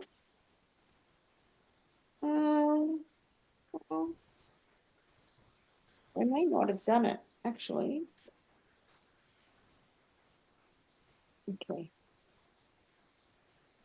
No, I haven't. Okay, I thought it was in here, but they're not. I actually have a list of different templates and what you can create, like different templates and crystals. I'll send you guys another little PDF on ways you can work with the templates. Is that all right? Yep. Anyway, you can read this. I don't need to go through each one. Basically, it just tells you how you can work with these cards. It can tell you, like, when you look at these, and you pull a card, you can go, okay, well, this card might align with you in this way. So, like for Raven Magic before, we were using it for protection. All right. But there are different ways to work with it. And because it is a master template. Yeah. Ancient sound frequencies might come through for you because you are really out of balance and you just need to align yourself more. And one of the best ways you could do that is to actually work with the solfeggio frequencies, or just get yourself out in nature, because understanding that in nature we're working at a 432 hertz, but the ancient sound frequency actually solfeggio frequencies that are written in the book. So you could just find something online that goes through all of those and listen to it. Like, there is different ways. You might use Tibetan bowls. Like, it doesn't have to be one specific way. So let's just look at this one. I've got some pictures in here of the cards. So as we spoke before, the cards are broken up into 5 main categories. You've got the master cards, which these are the master cards. You got the creation cards, which is what we went through before in terms of I've just gone blank on myself. Oh yeah. When we look at the egg of life, the seed of life, the fruit of life, Metatron's cube. I actually do have the Vesica Pisces, though, in the MasterCard, which is the love frequency. Okay, so you'll see most of the shapes that I feel that I brought in, into the cards. This one is what we were talking about before, is the truncated icosahedron. This is the shape of Shungite, the C60. And the truncated icosahedron, it's our unlimited potential is created with the knowing that our DNA is a mapping of human consciousness, which can create our reality and can be melded energetically through thought and intention. So some actually call this Christ consciousness as well. You know, and, you know, like even with what I was telling you before about being the shape of Shungite, you can see how there are just so many different ways in which we can observe and we can work with particular structures. What you see here, see this here, this is actually a slice of DNA. Okay, and what is it? The seed of life. Like it's just profound. This is the human body. This is what it is. This is DNA. Look at that. It's the pent-hex ratio. Okay, pent-hex ratio. All right. Now, the solfeggio frequencies, I've spoken a lot about it. I have chosen, when it came to learning all about music, I really, and probably need to at some point, probably learn, I think, more about musical notes. But for me, my soul understands this, the solfeggio frequencies. And I think it's because not only does it make more sense to me, and yes, I can work with them at different aspects of my body, chakras, whatever. There is so much hidden meaning in between all of these numbers. So they are considered sacred tones being used in well-known Gregorian chant, and in particular, it's found in the hymn to St. John the Baptist. Each one of these tones, when sung in harmony, can bring about spiritual blessings, harmony, healing, and miracles into individuals' lives. This is possible as the energy and vibration reverberates all the way to the molecular structure of our DNA. What you'll also see is that there are three main triangles. So we can look at it as an Enneagram because you've got the 9, but you actually have three main triangles, and you'll see, let's have a look. You've got the 174, the 417, 741, okay? They are just placed in different numbers, as we can see here, all right? So 174, we look at it being used as an anesthetic effect. It's also a beautiful, beautiful frequency when we want to go into forgiveness. And, you know, we can use the Ho'oponopono. I find that really good for that as well.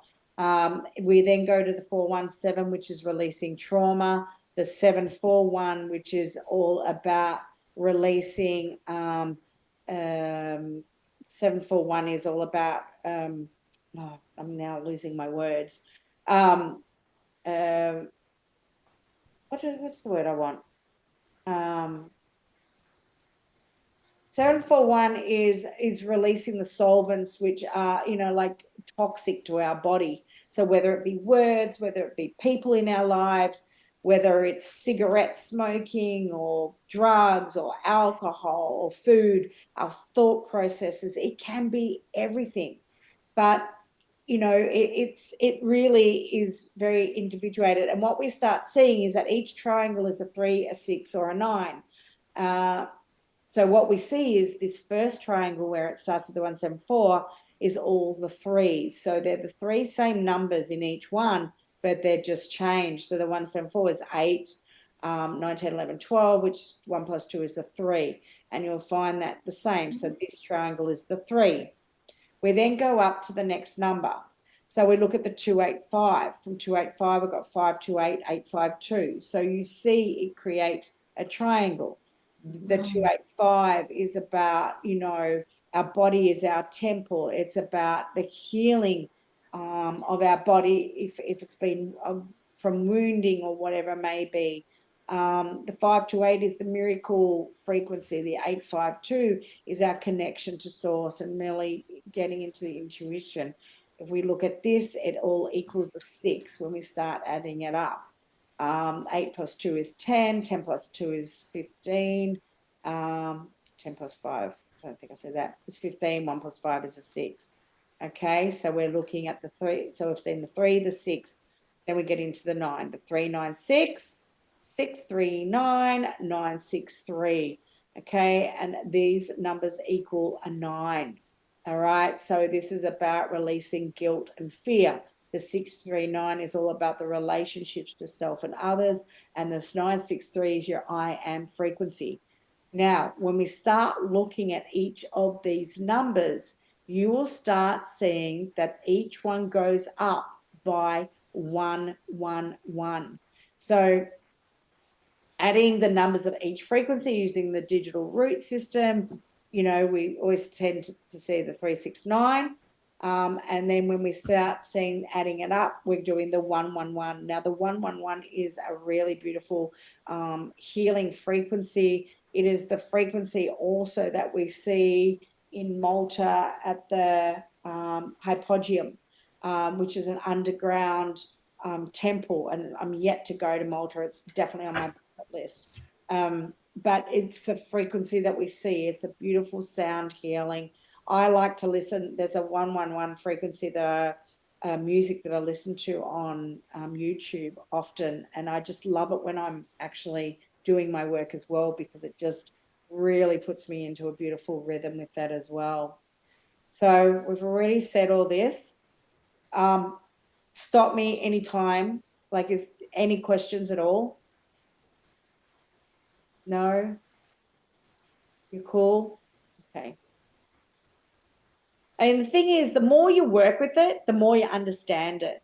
And even if you don't work with my cards, it's knowing that you're going to walk away from here going, you know what, I've actually learned something new, even if it's overwhelming. I've gone, I can't deal with it now. I'll come back to it. But you go, okay, well, how do I use this for myself in my own healing and for the healing of my clients? All right. So I just put some pictures together over time and just showing you, how we can look at these. So I'm just going through all this now, and then we're going to come back to doing a couple of readings. So the Fibonacci sequence turns out to be the key to understanding how nature designs and is a part of the same ubiquitous music of the spheres that builds harmony into atoms, molecules, crystals, shells, suns, galaxies, and makes the universe sing. Okay, so if this card arises, we can read it in two ways. In a couple of ways, we can look at the number. You look at the 3, the 5, the 3 of expansion, the 5 is change, the 3 and the 5 together is an 8. 8 is all about what we're here to manifest, into our lives. It's also understanding that we are always expanding. We are never deflating. We expand, because that's what we're doing energetically, and we're shifting our level of consciousness. We're shifting our our frequency, and maybe it's from some form of learning that you're going to go to that next level of expansion. And here I have the meditation card. Or within this I've used the Om, because the Om as a frequency is just has so much it's just such an important frequency to sound, and what we're seeing is the Sri Yantra, which are 9 interlocking triangles. Again, we have the 9, but it's understanding you start in the middle at a pinpoint, and then we expand out in consciousness. Okay, so as we're going to meditation, and we expanding our levels in our frequency, and it's then what we are able to access and to turn into. And that's why meditation is so important. But not everyone can just go into meditation, and there are more than one ways to meditate. It doesn't mean we have to go into the the meditate, eyes closed, sit on your half an hour. You might meditate by gardening. You might meditate by drawing. You might meditate by painting, walking, swimming. There are so many different ways in which you can meditate. So our level of consciousness expands like the 9 interlocking triangles of the Sri Yantra. As we practice the art of meditation and the flow of our breath, we expand our energy, light, frequency, and vibration. Each level gives us a key to unlock and access a deeper understanding of ancient wisdom that is entwined within the sacred geometry we know as DNA. Geez, I don't remember ever writing that, but it's amazing what we can write when we're in, you know, in that right state. All right. Again, here we go. We've got, sorry, my dog's going a bit funny. We got the balance card, and I've used this as scales. And within these, I've got the vector equilibrium. And the vector equilibrium is the actual shape that we see. So this is an Archimedean solid. What we see is this is the shape that really makes up everything. And it sits within the toroidal field that we know. It is, you know, we see it as becoming total flow and centeredness. And so we create the balance, we create the harmony. But if you were also to draw this card, okay, it could also maybe for the person represent, you know, the star sign of Libra, because the Libra, like the scales represent Libra. So, you know, again, you've got to perceive how you would read it for your client, depending on what what you're picking up on. So the geometry on the scales is the vector equilibrium, and we know that also as the cube octahedron. So this is one of my favorite shapes.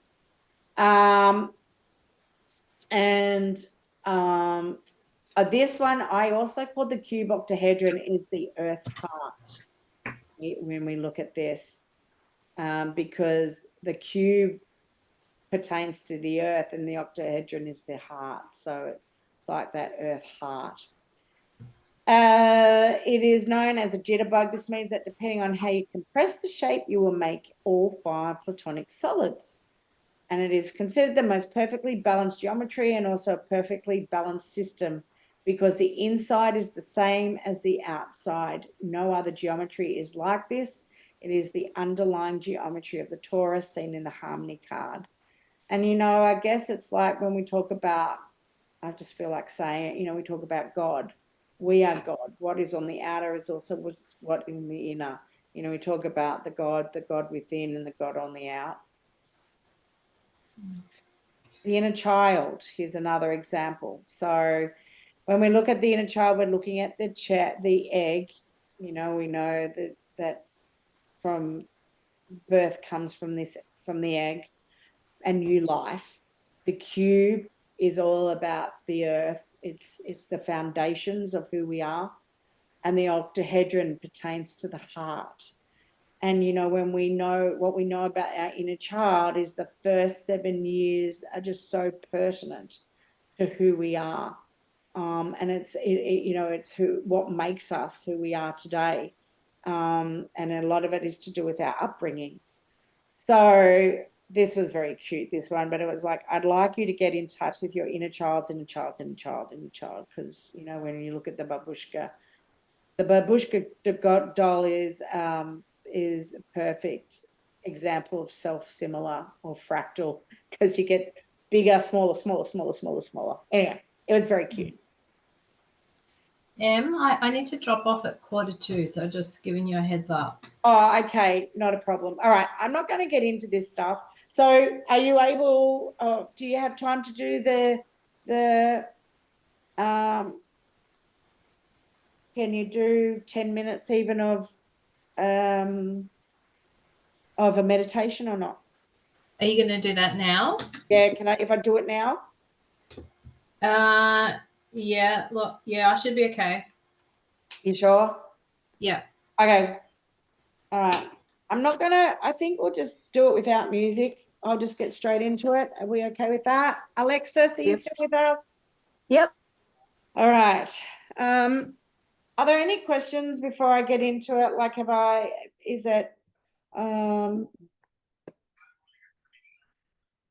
you have any questions, Carmen, or you can ask me later if you do?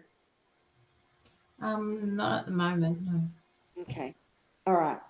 So what I want to do is just go into a short meditation. And what I want to go into is I want to use the egg of life that we spoke about before, the egg of life that sits within the perineum, which is deep between, our between the anus and our genitals. And stays with us from the time of conception to the time we die. I want to bring it up into each one of our chakras and just work with it in each one of those chakras. And then I'm happy if Alexis still wants to keep going. We can just do a card reading or two and then leave it there. All right. For me. So just get comfortable and close your eyes. Take 3 deep breaths in through the nose and out through the mouth, in through the nose, out through the mouth. And as you're going through the inhale and exhale, feel your body relax. Every cell of your body just relax. And on the last inhale, as you exhale, I want you to bring your energy down right deep into the base, into the perineal area. This is where our egg of life sits. I want you to focus on this egg of life, and within the base chakra, I want you to start seeing beautiful swirls of red energy. Within the red energy, I want you to feel and sense the words of security and being safe.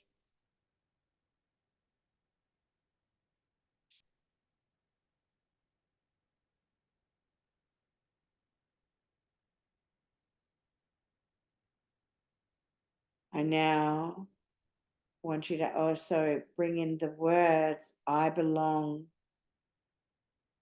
and I am loved.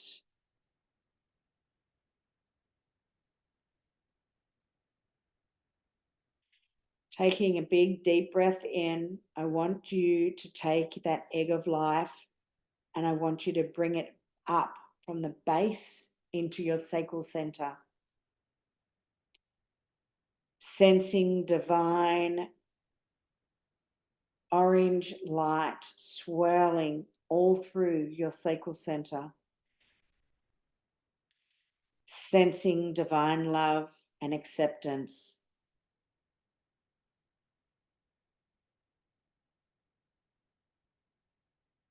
Feeling your creativity unlocking. And as this creativity and sense of love expands, finding that the beautiful swirls of orange are getting brighter and brighter and brighter.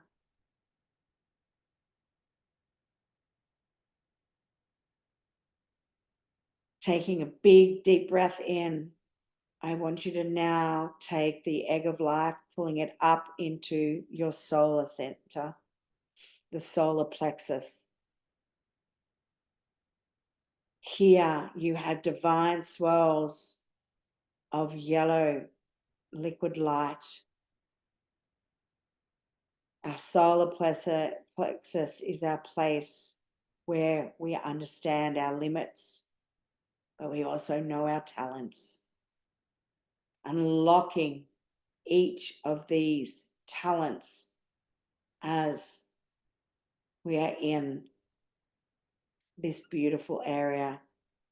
Understanding that as we unlock these talents, We bringing through from the ordinary to the extraordinary. Our self-esteem is sitting high. We know we are enough. You are enough. You are stepping into your power. You are unlocking the extraordinary as you unlock your talents through the egg of life.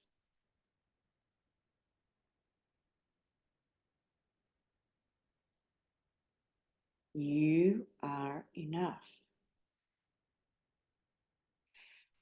Taking a big, deep breath in, I want you to pull the egg of life from the solar plexus into your heart chakra. Seeing divine swirls, watermelon swirls of pink and green. Knowing you are loved.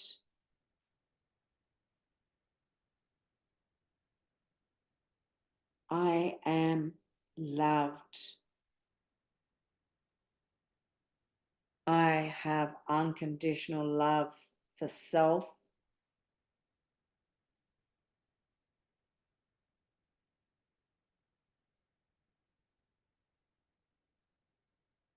Pulling down any walls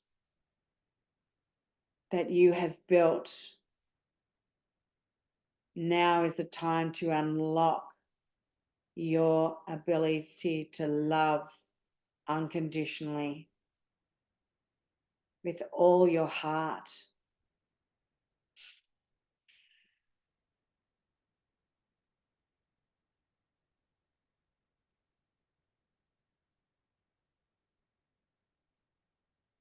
On the next big deep breath, bring your beautiful egg of life up into your throat chakra.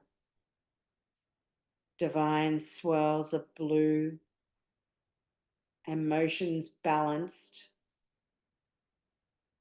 unlocking your key for self-expression, unlocking your key to speak your heartfelt truths. The vibrancy of the blue swirling around is glistening and glowing and getting more and more vibrant.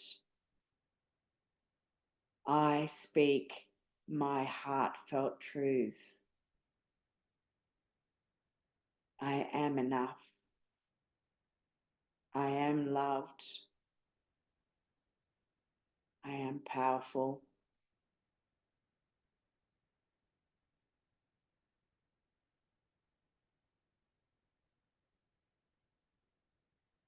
On the next big deep breath in, bring your egg of life from your throat into your third eye. Beautiful swirls of indigo all around. You unlock further your intuition.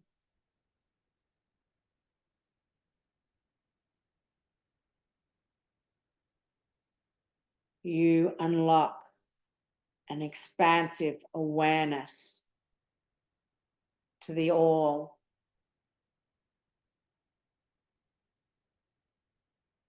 Your intuition is heightening. You are starting to expand further and further on your awakening, shifting in levels of consciousness, accessing the ancient wisdoms that you have that are unlocking within your cellular memory now.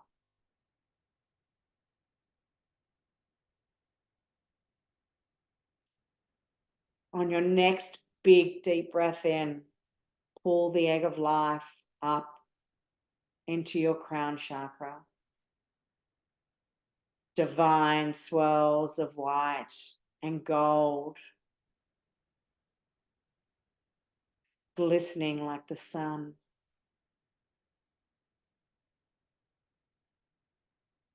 A massive expansive awareness occurring.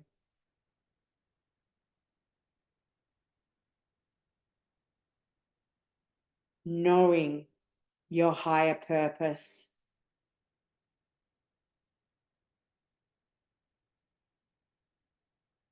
Knowing how to transcend all illusion.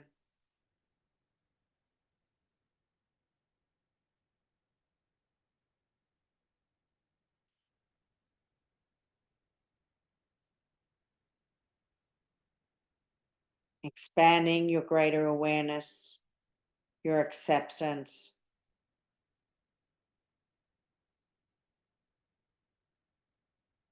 And as this all expands, the most beautiful lotus flower is opening up into full bloom.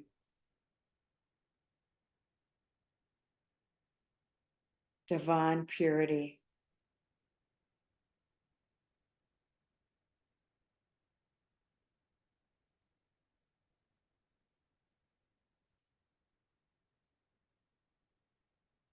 I am perfect flow and centeredness.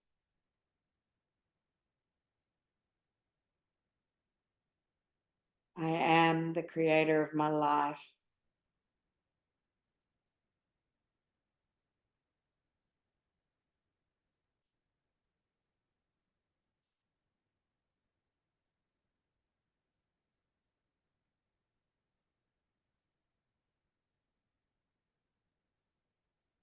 When you are ready,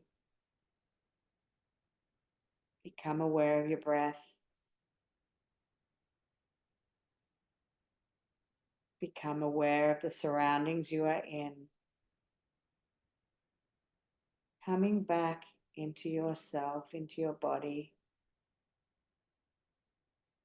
Moving your fingertips. Moving your toes. Wiggling your toes. And when you're feeling grounded enough, open your eyes.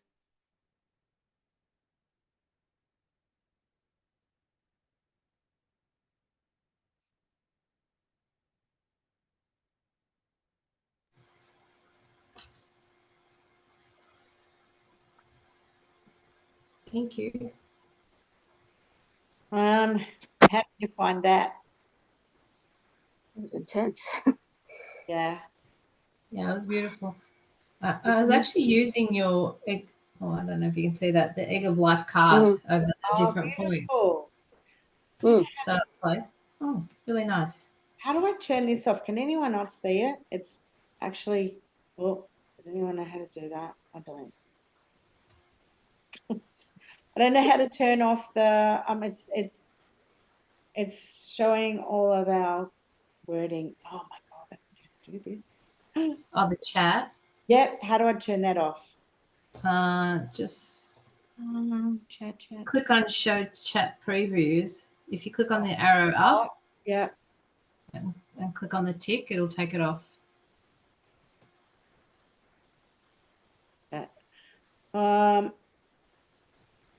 Oh, yep. Okay. Didn't work. No, not working.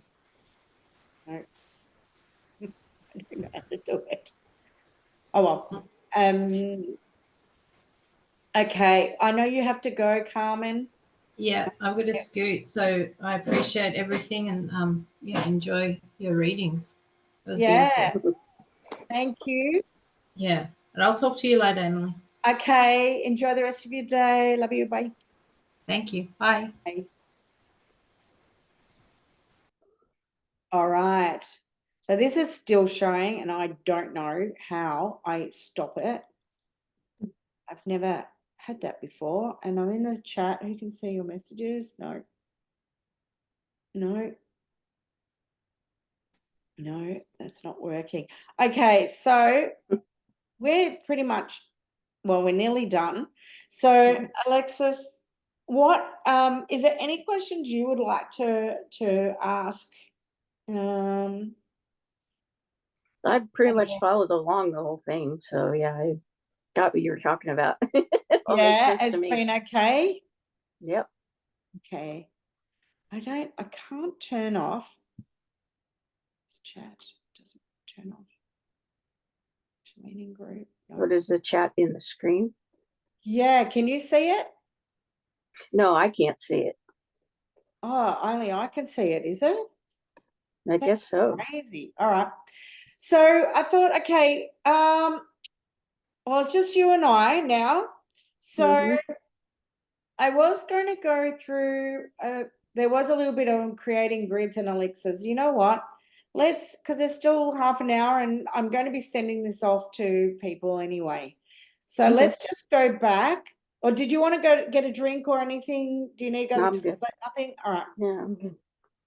So, um, it's great. All right. So, all right. So this is here we go. Creating grids and elixirs. Gridding is an art form that can be expressed in many different ways. When we grid, we bring in light, color, and sound, comprising different vibrational frequencies, much like a musical composition.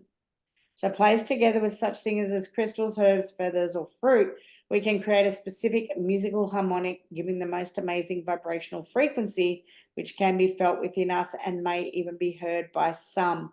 So pretty much what it is that when I create my elixirs, I am bringing in a synergy of energy, and that is how I am creating each individual bottled frequency. In terms of working with these, I've got a little bit on, so I'm just showing pictures of how we can also create grids, with the cards. So we can use crystals, we can take the cards. There's a couple of pictures more with the grids and the cards. How do I don't want to see the chat preview and I don't know how to turn it off still. Anyway. So we can take one card, we can take many cards, you can see how through this we can take fruit, we can take flowers, we can take crystals, we can take seeds, we can do anything we like. And it's all about our perception, our intention, and our placement. And we can see, just looking at some of the reliefs on the walls in Egypt, everything here is all about frequency.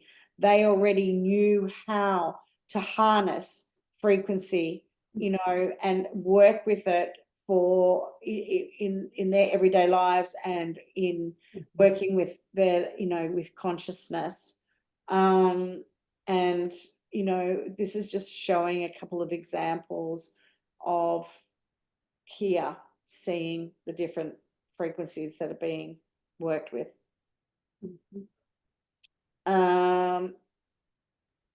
I've got here, so at the moment, our bodies are going into, are we going from carbon to crystalline?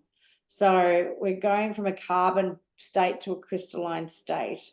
And this is just a picture. I don't know why I put it in, but I did. I think it's important to see, where our bodies are and how, what we're actually working on when we're working with these different frequencies and with the elixirs and with the gridding aspect. Okay. We did the cymatics before, and of course, so the liquid alchemy in a bottle. So when we're working with this, and you were asking me before, we were talking about it before, you were very uncertain how to work with them. So they have been made to ingest. But with these elixirs, if you find that they're too much for you and you can't ingest them, in short, how much to use. Maybe it's just 1 or 2 drops for you under the tongue, once a day, twice a day, whatever it might be. Maybe it is that you need to put them in your water. You can put them in your food. You can put it in your bath. It doesn't matter. You can carry the bottle. Just better off not having it around, your phone and all that sort of stuff, because you want to try and keep all that away from these frequencies. Excuse me. but each one of them has an ability to work on different levels of mind, body, and soul. They've been made to nurture, balance, and heal on all different levels of our being, and hence there is more than one use for each one of these bottles. And as a because they're a complementary therapy, there's nothing in them that is going to affect the medication you take. Okay. All right. Mhm. They just don't. It's not what they do Okay. because it's a frequency. It's not, there's no pharmaceuticals or anything else Mhm. that are involved in any of these. So if at any point in time you want to try again, just let me know. Okay. And I'll just, before we do a reading, for those that may be interested or know anyone who would like to know more about, I'm running the Seed of Sekhem tour to Egypt in October 1st to 13th of this year. I cannot wait to go back, and it is an amazing tour, and it's one that is, you won't be disappointed, that's for sure. So if anyone wants any information, please don't hesitate to contact me. Right. So let's do a reading before we end. So would you like to do would you like to pull, how often have you used my cards? I've never used them. Oh, This you've is the never first time. used them. Yeah. Okay. Yeah. All right. But you've got them, yes? Yeah. Yes, I have. Yeah. So do you want to, how about you pull a card or two for me and see how you go reading them? So is there a way that you do it, or you just kind of go with the flow? So Like it kind of is. with the intention of me in mind, Mhm. that you want to pull one, or even just pull one card. Just pull Okay. a card for me. And then I want you to interpret how you would read it. Oop, I'll just drop them all. Pick up all these cards. This is the one that came out.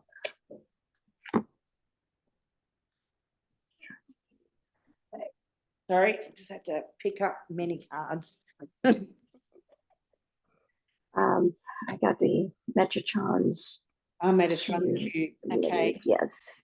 And this is the all in the Akashic records. So I interpret it as looking deep into your like blueprint or past lives with the Akashic records that has to do with things that have happened in the past and things that have yet to happen. Getting in touch with your guides, the library, the big library that they talk about. And so there's obviously changes happening, which we've seen happening with all the solar flares. So this seems very appropriate that it's, kind of all, and it's kind of lit up too. If you look at it, there's light in it with kind of flares in it, and it's very appropriate for all the solar flares that have been going on. So I know I feel like something is coming, and it's just saying, you need to look deep into yourself and trust the process, trust your intuition with this, whatever path you're on right now. This is the path you're supposed to take, because something is brewing, and it has already started. I mean, it's been going on for a while now, but it seems like it's amping up now for lots of people. Okay, I like that. Yeah. I like that. Thank you. That's a nice explanation. But see, it just goes to show how you can read it in different ways. Yeah. Okay, so I've got two cards that have pulled out for you. Okay. So it's the fulfill. I have to put it in front of me because of my screen. So I've got the fulfillment card. Okay. Yes. One, all right, which is our connection to the all. And the other card that I pulled out yes, is definitely. the inner child. And we are today at the full moon. It's the full moon in Virgo. Today is the day, when we deal with any full moon in particular, it's, a time of release. It's this time that you need to let go of the inner trauma that has, that is no longer serving you. See, when we hold on to that which no longer serves, we actually stagnate the energy to allow ourselves to move further on. Yep. Okay. Understanding that the fulfillment is you are connected to all. We are connected. Everyone, everything is connected. Okay. It is the law of mentalism. It's the first of the Hermetic principles.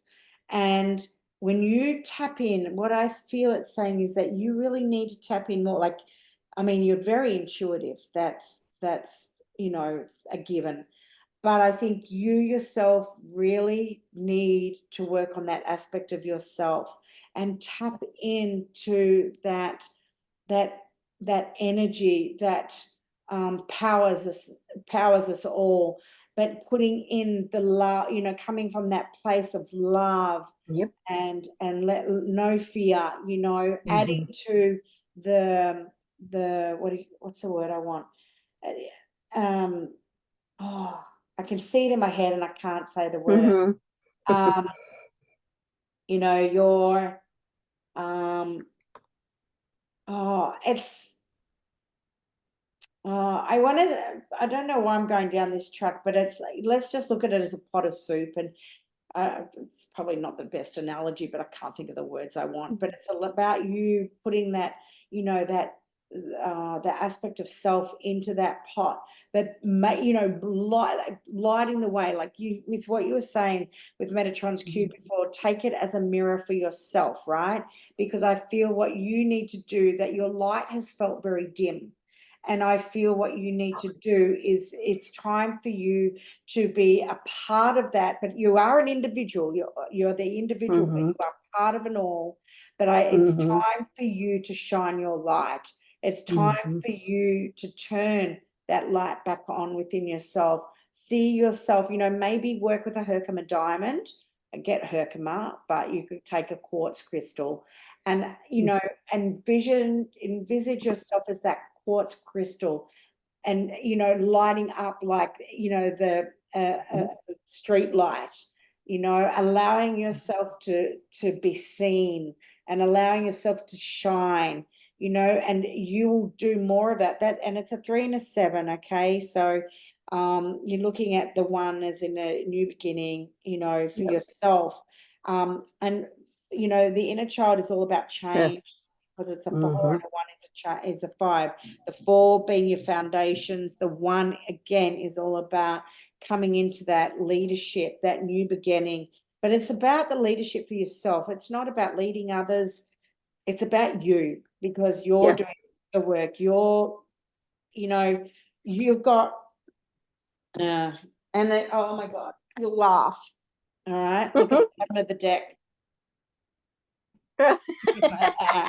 Wow. Okay. So, you know, this is what's so important for you. All right. Is you've got to take heed of what you said before to me, because there is something coming for you, but you have to get to a point where you can come to peace with your inner child. Oh yeah. You know, and it, look, I mean, it's just, it's not going too deep into it, but, you know, I mean, there are many ways in which you can do this. Maybe it's time to, if you haven't already, maybe you need to get some help through, you know, like I do, for me, the way I've, you know, because we've all got our shit. One of the ways that I've really dealt with things that have come up for me is through a process called EMDR, which is through a I have a therapist that's going to work on that with me actually next week. So yes, I have I had my therapy appointment. I've been seeing her, but she said next week let's try that because I have major trauma. So I it's highly going to be recommend happening. it. Yeah. Okay, because it allows us to shift our trauma, because you just don't realize, like, everyone's trauma is different, and how we, you know, or our experiences that we have, good, bad, ugly, whatever, indifferent, they are different for everybody. And, you know, you have to find your way, you know, to find the balance in your life. All right. And yes, that, and I am a Libra. That's my sun sign, the balance. there you go. So just everything in my life always connects. It's always connected. Yeah. There's no broken. It's all okay. Yeah. So really, really, really important to, you know, to be in balance, be in tune with yourself. And I'm just going to come back to this. I mean, it's interesting again, it's a 1 and a 5. Ones, you've got so many ones here, whether we break it down, don't, right? But you've got the 1 and the 5. Your 1 is new beginnings, your 5 is change. We've got the 4 and the 1, which is also, foundations, change, and new beginnings and change. It's 3 and a spot 7. on with what I'm going And through. you've got another 3 and a 2 here, which is 5. You are Yeah. all about change now, okay? Which is It's spot about on. making a difference for you in your life and where you're at. And I'm not even going to tell you this one because I really liked what you said to me. Yep. And I think you need to adhere to what you said. What I said, yeah. A lot of times the messages that we get are actually a mirror for ourselves. Yes. Or we find it's where we've been somewhere before, because it's card underneath that, then is expansion. It's knowing that there is so much growth for you, and this is going to come. If there's stagnation there because of aspects of your life that you're embarking on, you're working on, but then expansion is there. It's inevitable that we go through as we evolve. So yeah, there you go. Yeah, spot on. Exactly. Like I said, every time I have a reading or do a reading, it always says, "Now we know exactly what's going on. You cannot."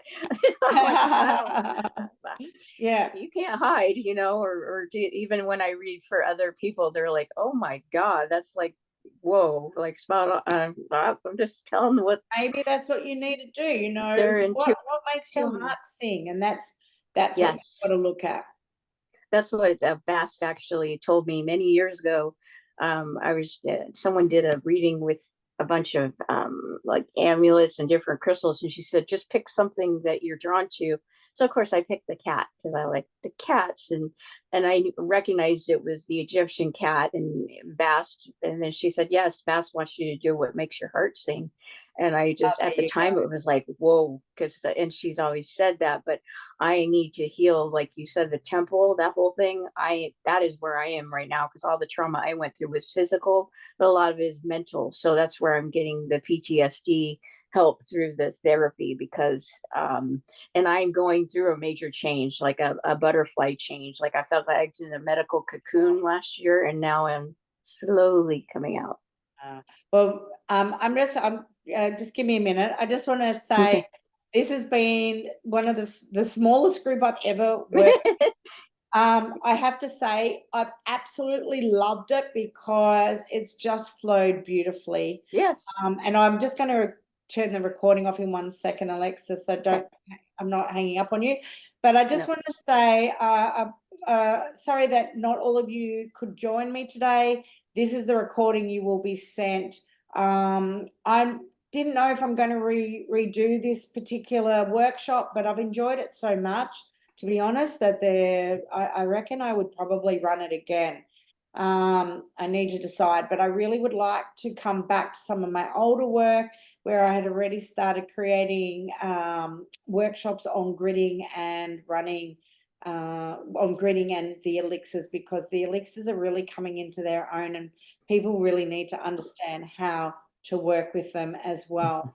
If anyone has any questions, please don't hesitate to contact me at any time, or if there's any interest, or someone who might be interested in Egypt, please pass on any and all details. It would be muchly appreciated.